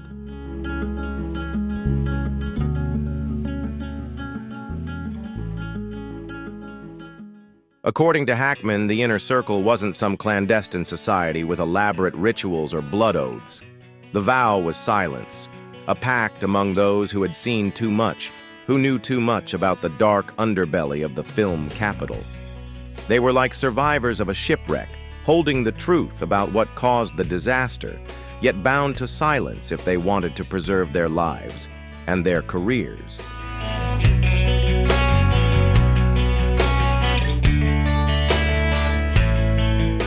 And the greatest secret Hackman carried throughout his life, the one that slowly eroded his soul, was the cover-up of Hollywood's most heinous crime, a child exploitation ring involving famous filmmakers, celebrated actors, and the shadowy figures who manipulated the awards, the media, and the entire industry from behind the scenes.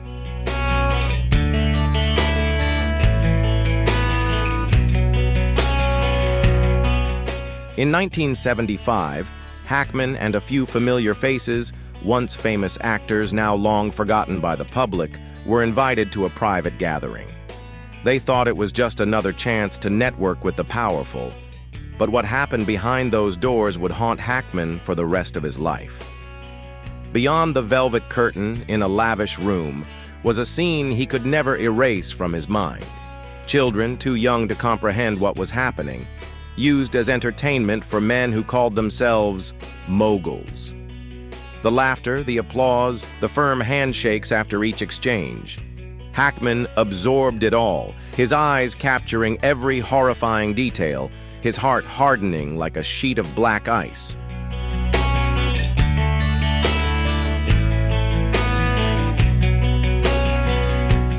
The next day, Hackman and a few fellow actors found themselves thrust into a living nightmare they never anticipated. They were summoned to a sealed room and given two choices: sign a non-disclosure agreement in exchange for roles, fame, and safety, or speak out and watch their careers and potentially their lives crumble to nothing.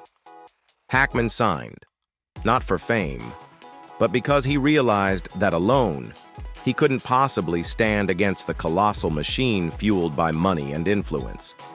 It wasn't just a confession, it was the tolling of a bell swinging open the gates of hell, where Hollywood's darkest secrets waited to be revealed.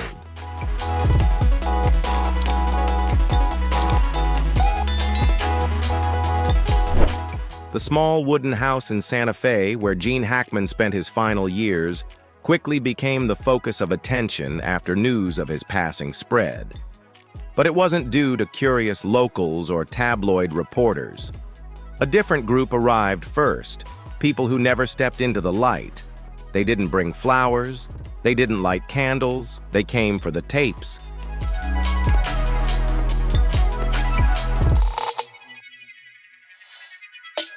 Those tapes had long been a whispered legend in private conversations among veteran actors. Those who knew Hackman were aware of his habit of recording, not for blackmail, not as a weapon against anyone, but simply to preserve undeniable proof in case the truth ever needed to be revealed. Hackman referred to them as his lifeline tapes, the only link between him and his conscience.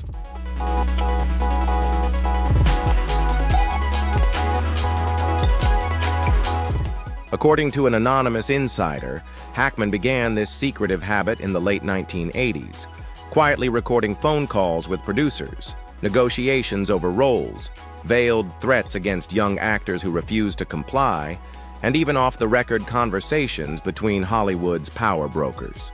He recorded everything. Each tape became a puzzle piece in what Hackman referred to as the ugliest mosaic of power I've ever seen.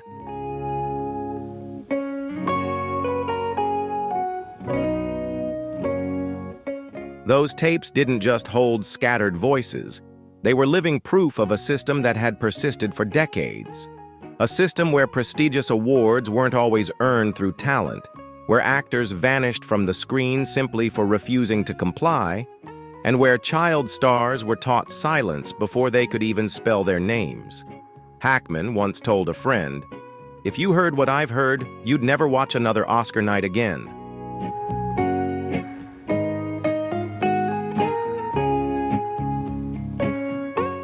Now that Hackman was gone, so were the tapes.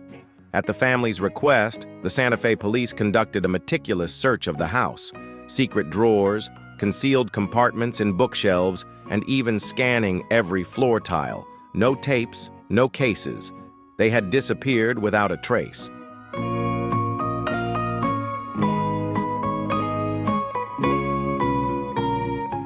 Hackman's family, particularly his cousin who lived next door during his final years, confirmed seeing old tape reels neatly stacked inside a worn leather suitcase. Hackman never explained their contents. He only gave one instruction: if anything happened, they were not to be opened. Instead, they were to contact a single name, a former friend who had never appeared in any public photographs.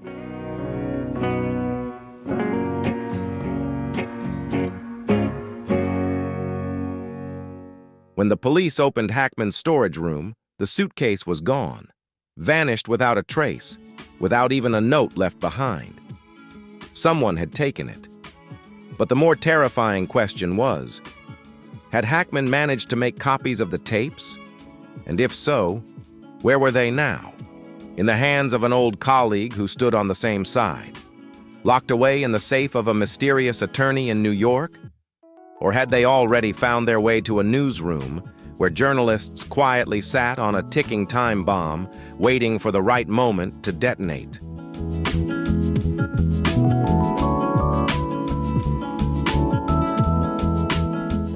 Some Hollywood insiders revealed that Hackman wasn't the only one aware of the recording's existence. Certain directors, screenwriters, and even young actors who had been caught in the web of shadowy dealings were also in the know. But none dared to speak of them.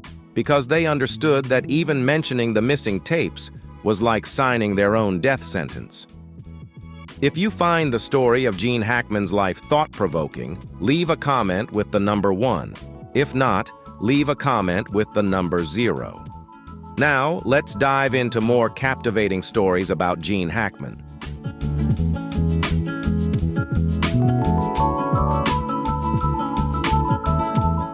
As the lights dimmed over the quiet streets of Santa Fe, only questions remained in the darkness. What fragments of truth had Hackman left behind, and who, or what force, held the power to decide if those secrets would ever be revealed? Hollywood stayed silent, as though nothing had ever occurred. But those who truly knew Hackman understood. The tapes weren't lost. They were simply in hiding, waiting for a hand bold enough to pull back the curtain of truth.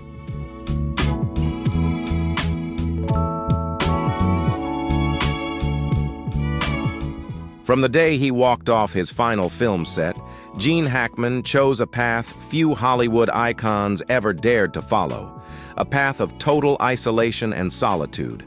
Santa Fe, New Mexico, with its arid hills and blood-red sunsets, became his sanctuary. A modest wooden house. No towering gates, no walls, no guards. Just the wind slicing through the cracks, as if every sound conspired with the profound silence that enveloped the place.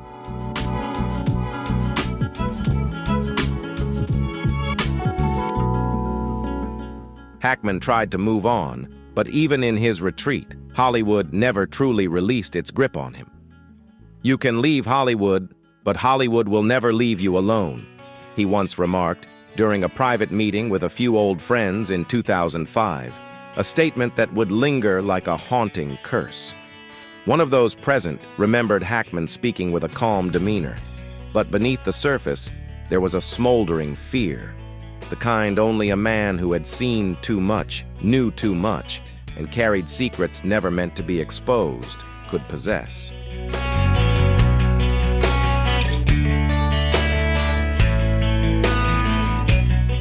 In his early years in New Mexico, Hackman kept sporadic contact with old friends and former colleagues, those who had once stood beside him, defending what they called the artistic conscience.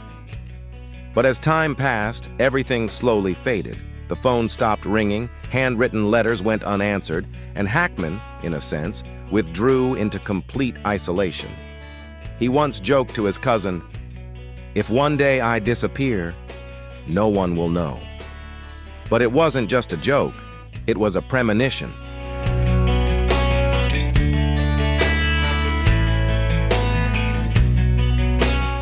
It was this very cousin who, after Hackman's death, began to experience strange occurrences for years.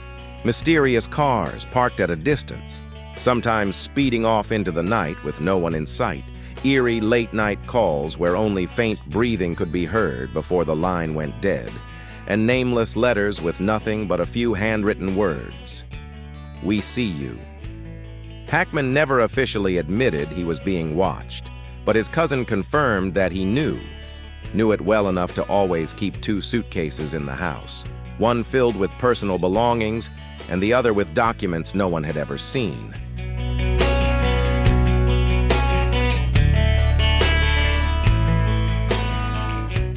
Hackman lived like an exile in his own home, always prepared to abandon everything and disappear if the need arose. Why? Because of what he knew and what he carried with him in his final years. He turned down every invitation to return. No honorary Oscar, no Lifetime Achievement Award, no anniversary tributes. Partly because he despised Hollywood's hypocrisy, but mostly because he understood that the moment he stepped beyond the safety of Santa Fe, the old powers would waste no time in reaching out to squeeze the last breath from his throat.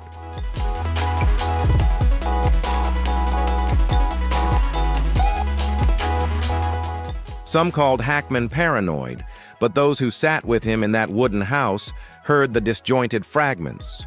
The late-night parties in Beverly Hills, the deals struck behind closed doors, the young stars who never got their chance to shine. They knew Hackman wasn't delusional. He was simply one of the few who had lived long enough to witness and understand the truth. But no one knows if those stories ever escaped Hackman's lips in time, or if they followed him into the abyss of eternal silence.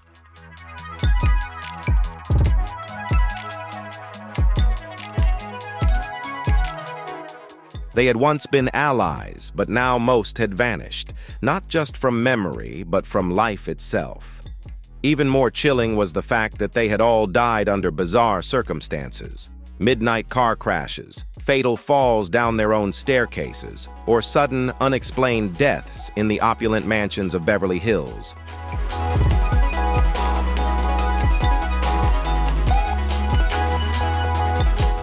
The deaths appeared random, but Hackman never bought into the idea of accidents in a world where men had traded their souls for glory. "I have no one left to talk to," he once muttered, standing by his office window, his hand trembling as he gripped the old landline phone. Unanswered calls. Voicemails that would never be returned. Familiar voices, now silenced forever.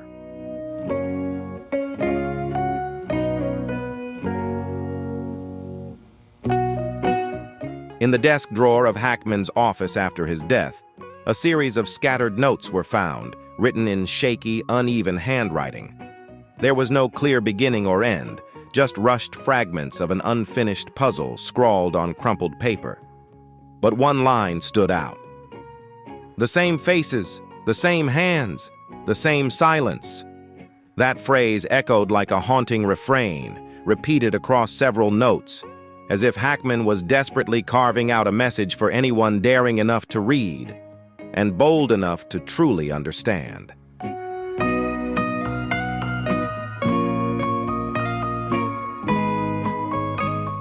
The same faces, the familiar faces, those who smiled beside him on the red carpet, and those who destroyed the careers and souls of those brave enough to speak out.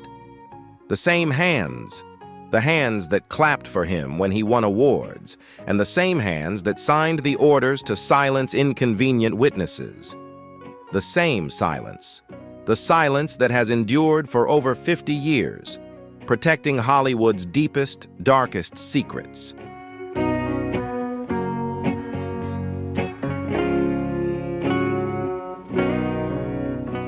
Gene Hackman's death, when officially announced, had a neat and tidy cause. Natural causes, a clean conclusion, leaving no loose ends for the curious to chase. But for those who understood the world Hackman had fled, natural had never existed. Was it truly the end, or Hollywood's final warning to those who dared to break the rules? An old friend, one of the few survivors, spoke to the press after Hackman's funeral. Gene knew the rules. He knew them better than anyone. And he knew exactly what happens when you forget who makes them.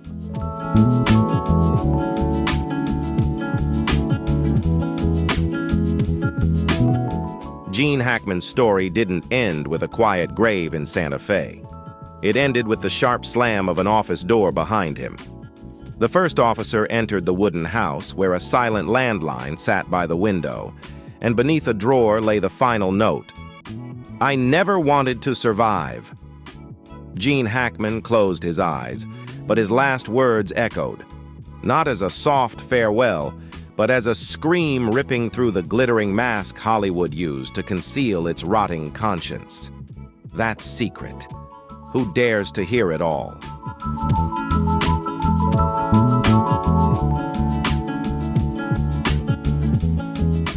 Those words did not come solely from a man on the brink of leaving this world, but from the voice of a tormented conscience. He had lived a life of glory, yet one shadowed by regret and sorrow.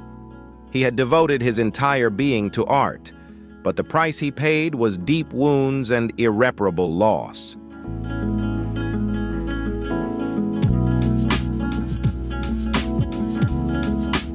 In his final moments, Hackman could no longer stay silent. He had to speak the truth, even if it had the power to shake the very foundations of the world. Those who are left behind, will they have the courage to face it? Will they dare to hear it to the end, Or will they choose to cover their ears, close their eyes, and continue living in illusion and deceit? Gene Hackman was gone, but his words lingered, a warning, a challenge, and perhaps the key that would determine the fate of an entire industry.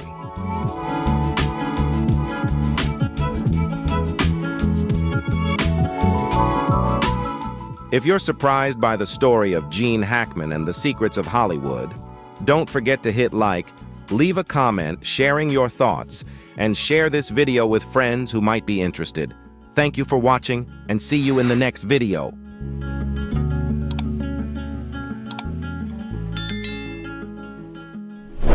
In the case surrounding the death of the iconic Gene Hackman, a crucial piece of evidence revealed surprising twists: his final call.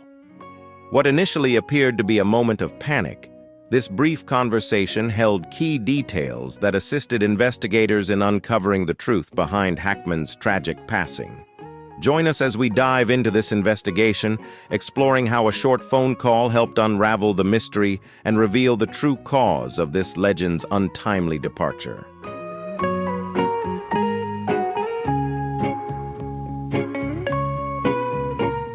If you're eager to discover the untold details of the case, be sure to hit like and subscribe so you don't miss any of our upcoming videos. Share your thoughts in the comments and join us as we unravel the truth together.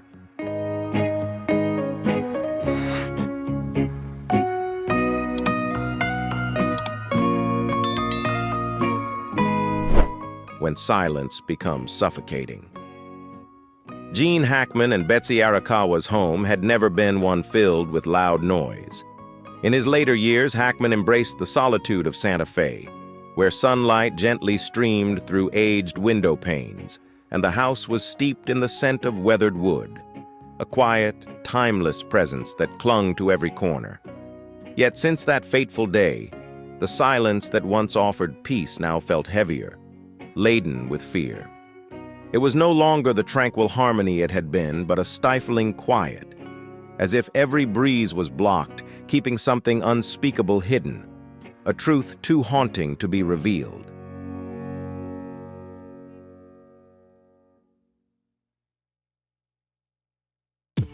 On that day, the first to shatter the silence wasn't Gene Hackman, nor Betsy Arakawa, nor a neighbor or friend. It was a plumber, a stranger who had come to perform a simple task. He was the first to notice something amiss.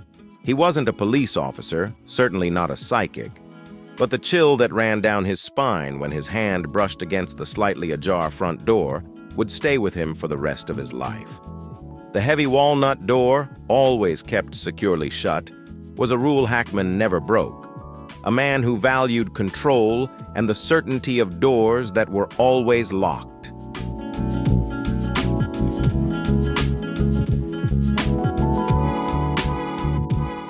Yet, on that day, the door stood ajar, as though someone had left in haste or abandoned an unfinished journey. There were no signs of forced entry, no odd marks on the floor, no shattered glass, but the unsettling stillness within the house made the plumber pause. He pulled out his phone and dialed 911, his instinct telling him something was terribly wrong.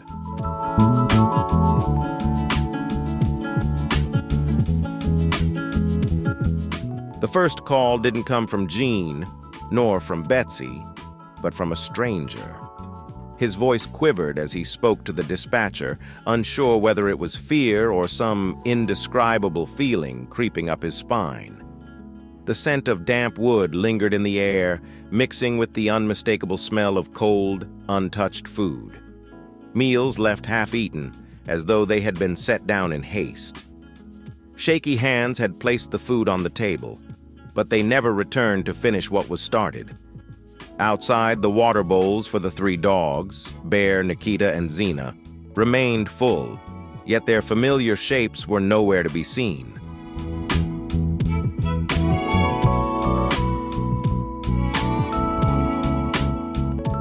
Gene Hackman was known for his meticulous caution. He never left a door open, not even a tiny crack. The door slightly ajar that day felt like an unspoken message.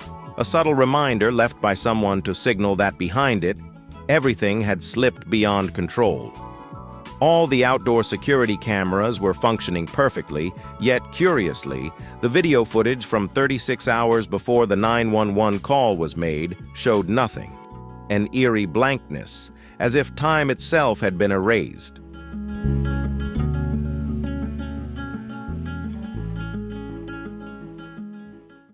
There were no images, no sounds, no data, almost as if everything that transpired that fateful night had been wiped clean by an unseen force.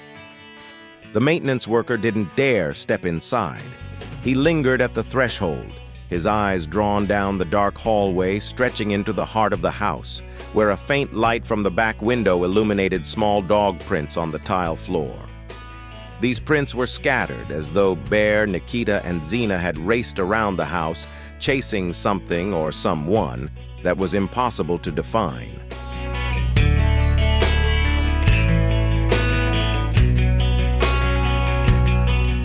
Time in the house seemed to freeze, yet an overwhelming sense of desperate urgency hung in the air, like a silent, breathless note in the sorrowful symphony of fate. As the worker turned to leave, he felt himself shivering, not from the late winter chill, but from a powerful instinct that told him he had unknowingly opened the final door to the secret Gene Hackman had kept hidden in the last days of his life. The slightly ajar door didn't merely lead into the house, it opened into the quiet hell that had consumed the final moments of a legend's life.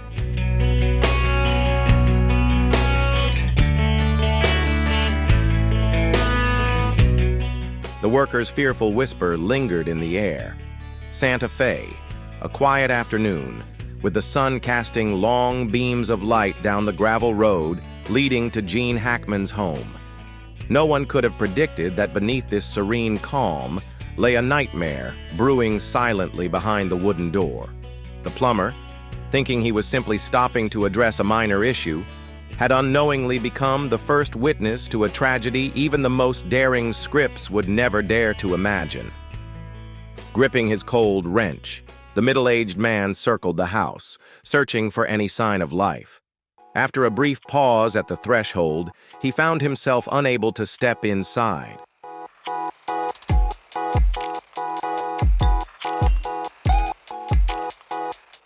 Something was terribly wrong. Too quiet, too unnerving, as if a heavy presence clung to every corner, every shadow. The instincts of an ordinary worker couldn't quite place the feeling, but the rapid rise and fall of his chest, along with the thundering pulse in his ears, spoke volumes. He moved toward the back of the house, passing the large window that opened into the living room where Gene Hackman often sat, lost in a book beneath the soft glow of warm light. What he saw next took his breath away. Betsy Arakawa, the petite woman with the gentle smile, lay motionless, her eyes wide open but unseeing, a tragic, lifeless figure in the coziest room of Santa Fe, as if frozen in time, no longer part of the world around her.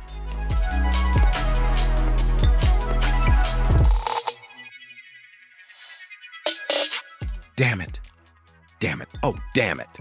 The man's voice cracked with each breath, his panic rising. He stepped back, hands shaking as he fumbled for his phone in his coat pocket. His fingers were cold, not from the wind, but from the raw, primal fear gripping his nerves. Fear only those who have glimpsed the edge of death can truly understand. The 911 call reverberated through the vast emptiness of the American West.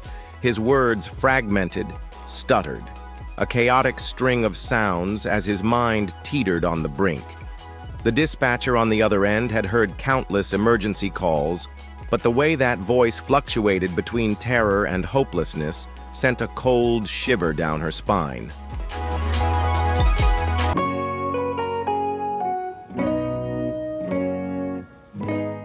I saw someone in Hackman's house. Oh, damn it, she was just lying there. Oh, damn it. The fragments of his story collided, tangled with heavy breaths and the sound of footsteps retreating from the window. as if the man feared that by standing too close, a cold, unseen hand would reach out and pull him into the darkness with Gene and Betsy. When the Santa Fe police received the report, they never imagined that one of the most chilling cases in the town's history would begin from the very home of Hollywood icon Gene Hackman.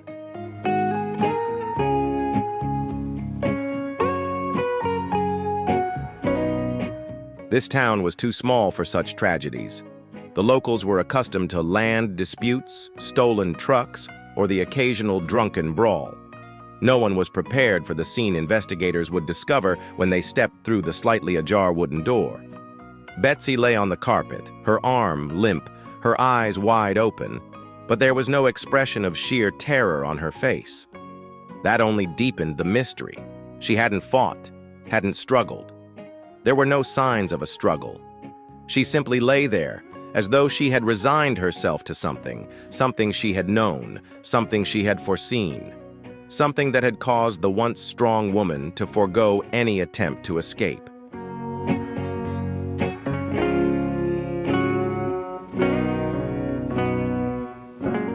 Outside the window, the maintenance worker stood frozen, his gaze locked on the body through the glass.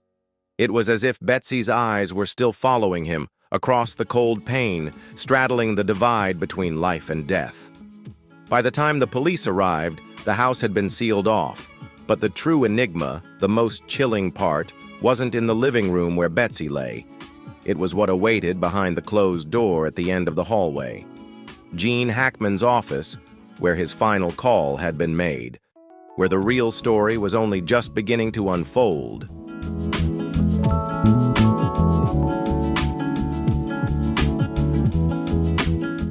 What did Gene Hackman say? The old phone was discovered beside his body, lying askew in the corner of the cold mudroom, as though it too had witnessed the final moments of the man who once stood at the peak of Hollywood. A thin layer of dust covered the screen, but a finger had wiped it away, revealing hurried activity, unsent messages, missed calls, and amidst the disarray, one call stood out: Gene Hackman's final call.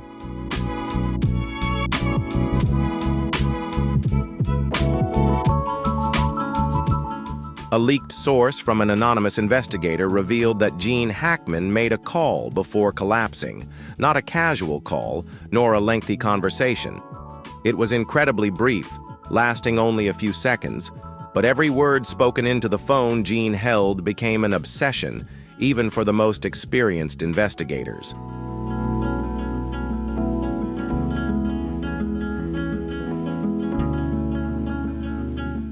"I can't breathe. Something's wrong with Betsy." A simple sentence, yet laden with meaning. According to sources, Gene's voice had become hoarse, his breaths ragged, as though each word was a struggle against the pain tightening around his chest. The investigator replayed the recording from the switchboard over and over, dissecting each breath, every long pause between his words. In Gene's voice, there was an unmistakable undercurrent of fear, a fear only those who have witnessed war or survived near-death experiences can truly comprehend.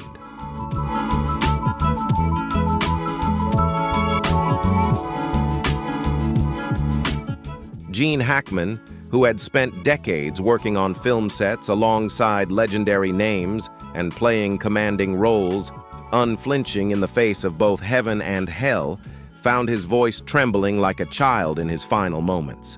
Was it because he sensed that this time everything had changed?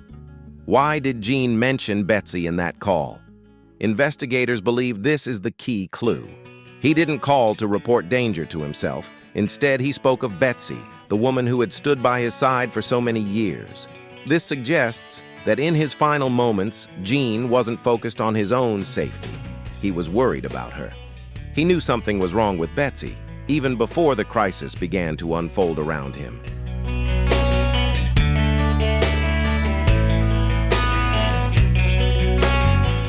A peculiar detail emerged from the sound analysis.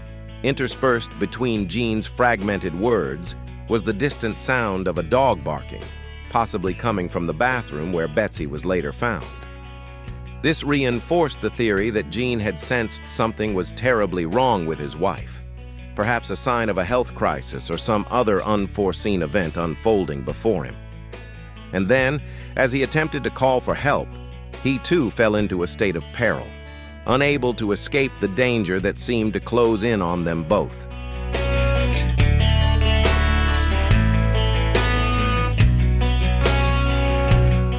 Investigators began to seriously consider whether the call had been interrupted by a medical issue, such as a sudden heart attack or an acute symptom, or if some external interference had played a role. But from every angle, this final call wasn't merely a desperate plea from a husband concerned for his wife. It could also be a final testament, the last crucial piece needed to uncover the truth about what really transpired in that cold, $3.8 million mansion.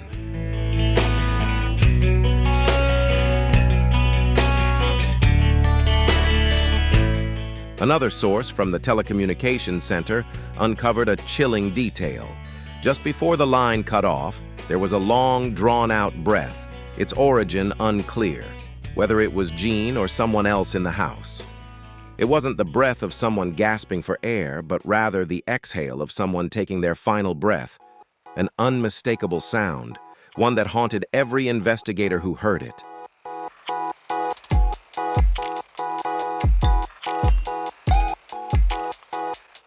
What terrified everyone wasn't just what Gene said, but what he never had the chance to say.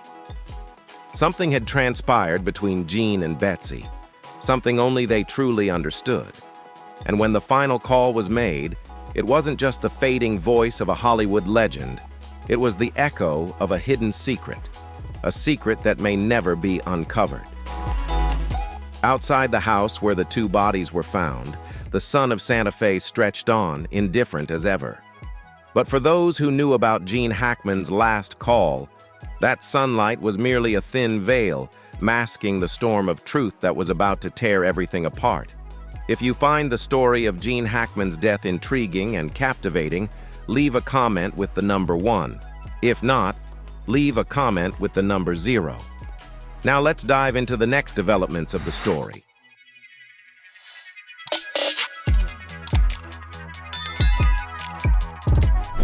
The white, yellow, and blue pills were scattered across the table, spilling onto the floor like pieces of a perplexing puzzle. Amidst the mess, a single open bottle lay on its side, the label still clearly legible, showing the doctor's name, the patient's name, and small dosage warnings. The investigators lingered in the room, their eyes carefully scanning every word, every mark on the bottle's surface, searching desperately for any clue that might answer the most chilling question of all. What truly happened to Gene and Betsy Hackman?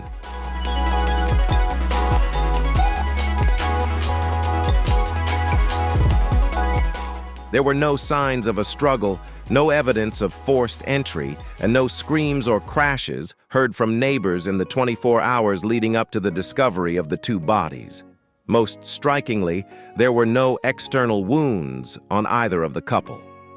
Investigators found themselves drawn back to the scattered pills on the table. They weren't just physical evidence, they were fragments of the inner turmoil of an elderly couple who had spent nearly 3 decades together, weathering moments of glory, storms, and hidden currents that no one else had ever witnessed.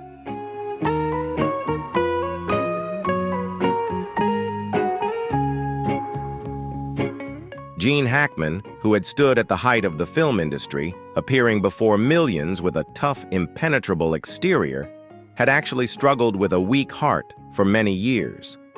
His heart condition was no secret to those closest to him. There were treatments, prescriptions, regular checkups, and mornings when he sat quietly on the porch, softly stroking his wedding ring as if seeking some final piece of peace. All of this was documented in the medical records collected by the police. However, there was one thing missing from those records: Betsy's psychological instability. The woman who always smiled in photos beside her husband had been silently battling unexpected bouts of depression.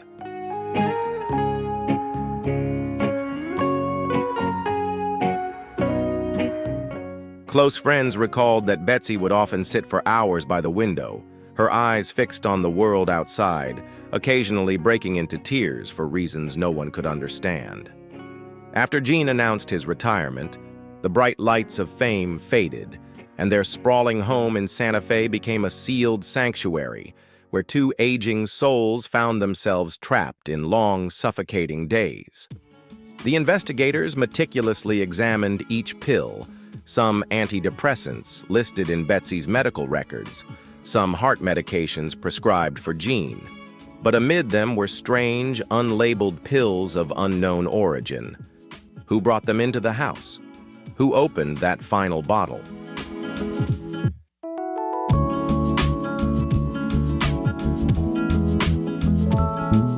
At the first meeting of the investigation team, the possibility of a drug overdose was put on the table. But something didn't quite add up. Older, reclusive couples with limited social interaction rarely fall victim to the tragic fate of overdosing like young Hollywood stars. Was it a case of sophisticated poisoning? A medication mix-up brought on by memory loss? Or could it have been Gene, in a moment of desperation, who opened that final bottle himself?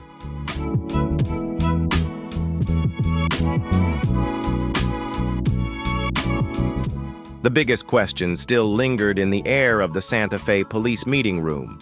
Gene and Betsy. Who took the first pill? And as that pill slipped down their throats, what did it carry with it? A meticulously planned act, carefully orchestrated in advance, or merely a tragic mistake of fate?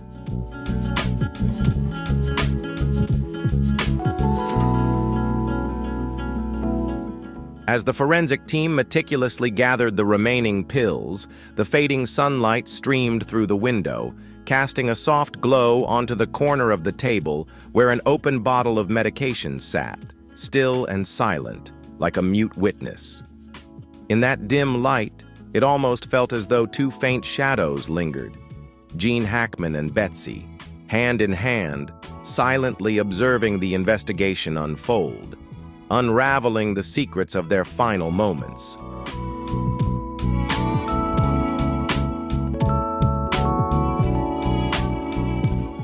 The dark wooden door, thick with the dust of time, creaked open to reveal a narrow, suffocating gap.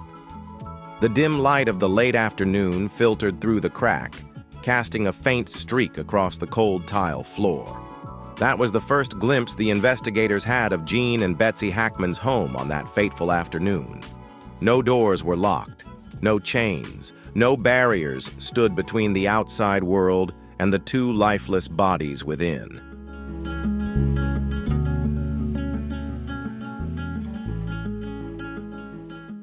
For anyone who had ever known Gene Hackman, this was completely out of character. At any age, Gene had always been obsessed with security. During his years under the Hollywood spotlight, he received countless threatening letters from obsessive fans and had to face photographers willing to do anything to invade the private lives of famous stars. Even after stepping away from the limelight and moving to Santa Fe, Gene continued the nightly ritual of checking the doors. His friends used to joke that he locked the doors so carefully that even Betsy, if she spent too long picking flowers in the garden, would have to knock several times to get back into the house.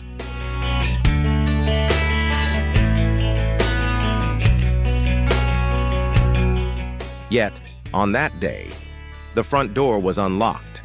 The door leading to the backyard was only slightly ajar, revealing a patch of withered grass blown by the wind. There were no signs of a break-in, no strange mud stains, no suspicious footprints. Everything was eerily silent. The only thing left were the doors open, almost as if someone had hurriedly left or intentionally left behind a wordless message.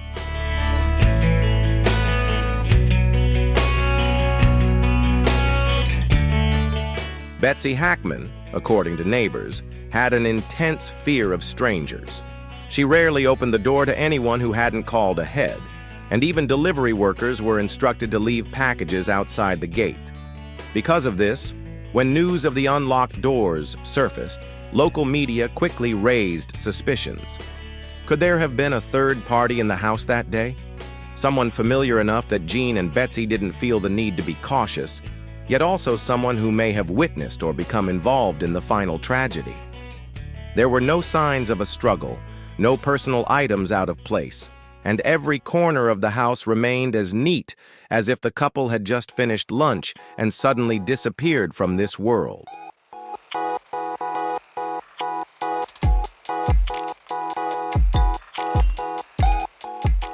This quickly ruled out the hypothesis of a break-in or violent attack. But what could be more terrifying than violence itself? It was the silent presence of someone who knew the house intimately, who understood Gene and Betsy, who was familiar with their every little habit, a person who didn't need to break down the door or search for anything, because their very presence held the answer.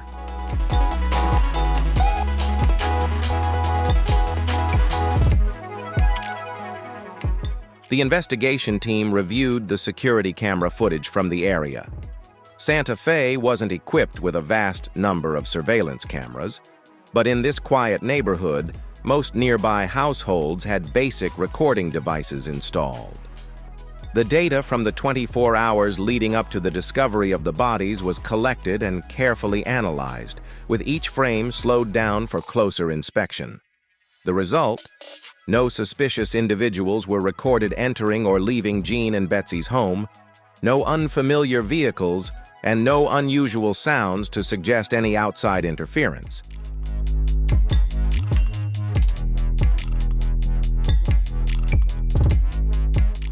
This led to an even more chilling hypothesis. Was someone inside the house, staying for an extended period before quietly slipping away without leaving a trace? Or was there an unseen hand at work, erasing all evidence and rendering the camera system blind at the most critical moment?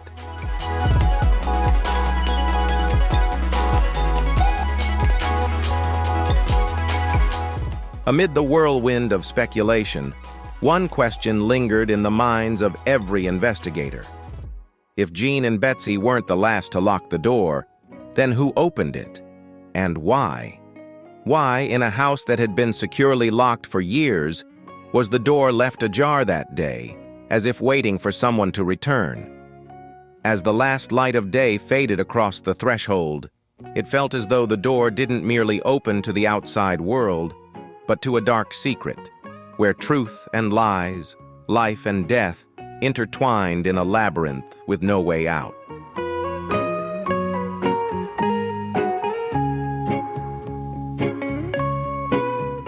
The small, cramped room, barely large enough for an old wooden shelf, on which sat a few pairs of sneakers and worn rubber boots, still stained with dried mud from the backyard.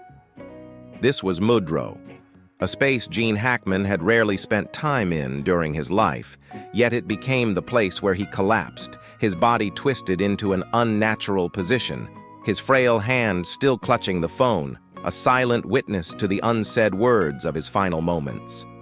Why was Gene there? What could have driven a 94-year-old man, once a star who graced the most glamorous red carpets, to fall in such a confined space used only for storing shoes and umbrellas?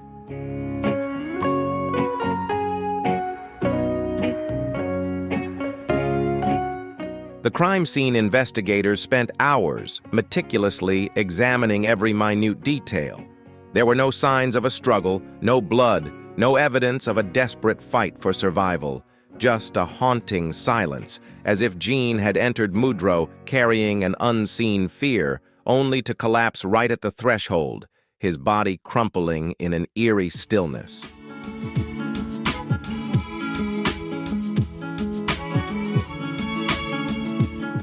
The first hypothesis suggested that Gene may have tried to rush out the front door to seek help, but the door was found ajar, not locked. This was in stark contrast to Gene's survival instincts, as he was always meticulous about locking the doors at night. If he truly intended to call for help from outside, why didn't he head for the garden, just a few steps from the main road? Why then did he stop in Mudro, the only room without windows and no way to see beyond its walls?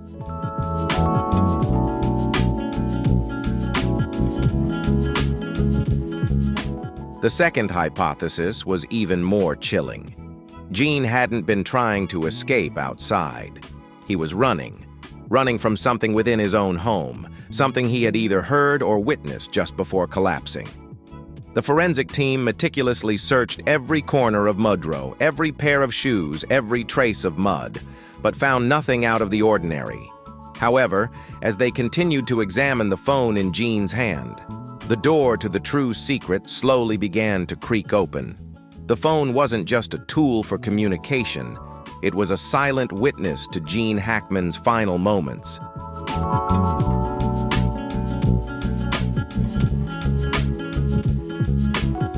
The phone still had battery, but the lock screen wouldn't unlock.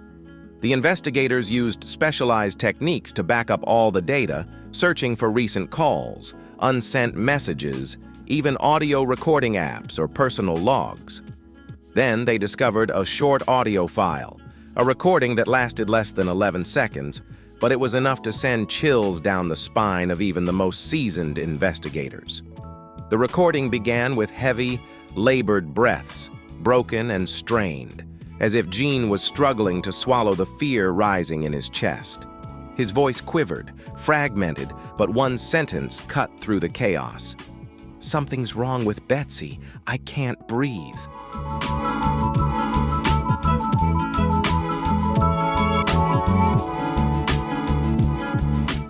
Immediately after those words, there was no loud crash, no objects falling, no screams or signs of a struggle, only a silence that stretched on for 3 agonizing seconds, followed by a soft click, the sound of a finger tapping the phone screen.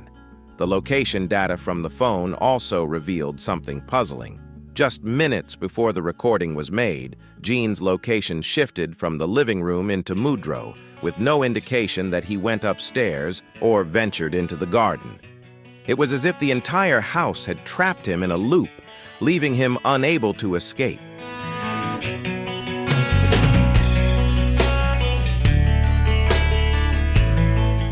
The investigation team quickly expanded their search to include Betsy's phone, hoping to find any signs of communication between the couple in those final moments. However, Betsy's phone had mysteriously shut off the night before. No calls, no messages, no open apps, almost as though someone had intentionally wiped every trace from her device. Why had Gene Hackman held the phone, recording a brief, panicked clip before collapsing in Mudrow, a place where no one in the house had ever spent much time? What had he heard? What had he seen? Or had his own hand inadvertently uncovered a truth that had been hidden all along?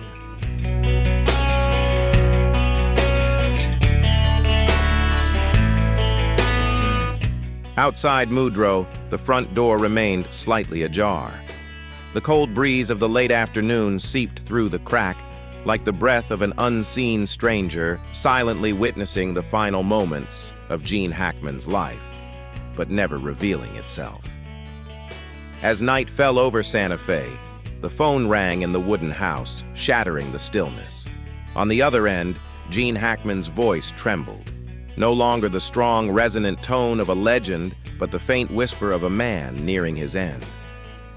"Betsy, I'm sorry, I can't..." A choked sob, followed by silence.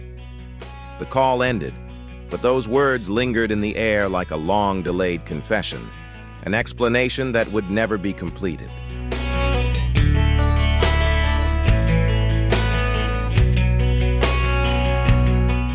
In the enigmatic case surrounding Gene Hackman's death, an unexpected piece of evidence emerged: the final call he made. What initially appeared to be a moment of panic and urgency turned out to be a vital clue, playing a key role in uncovering the chilling truth behind his passing. In this video, we'll delve into the investigation and explore how that brief 11-second call ultimately helped investigators uncover the real cause of his death.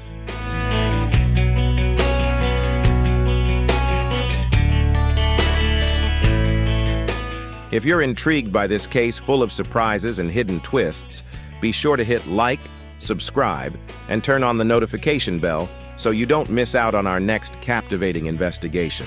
Subscribe to the channel to stay up to date on all the fascinating stories ahead. See you in the next video.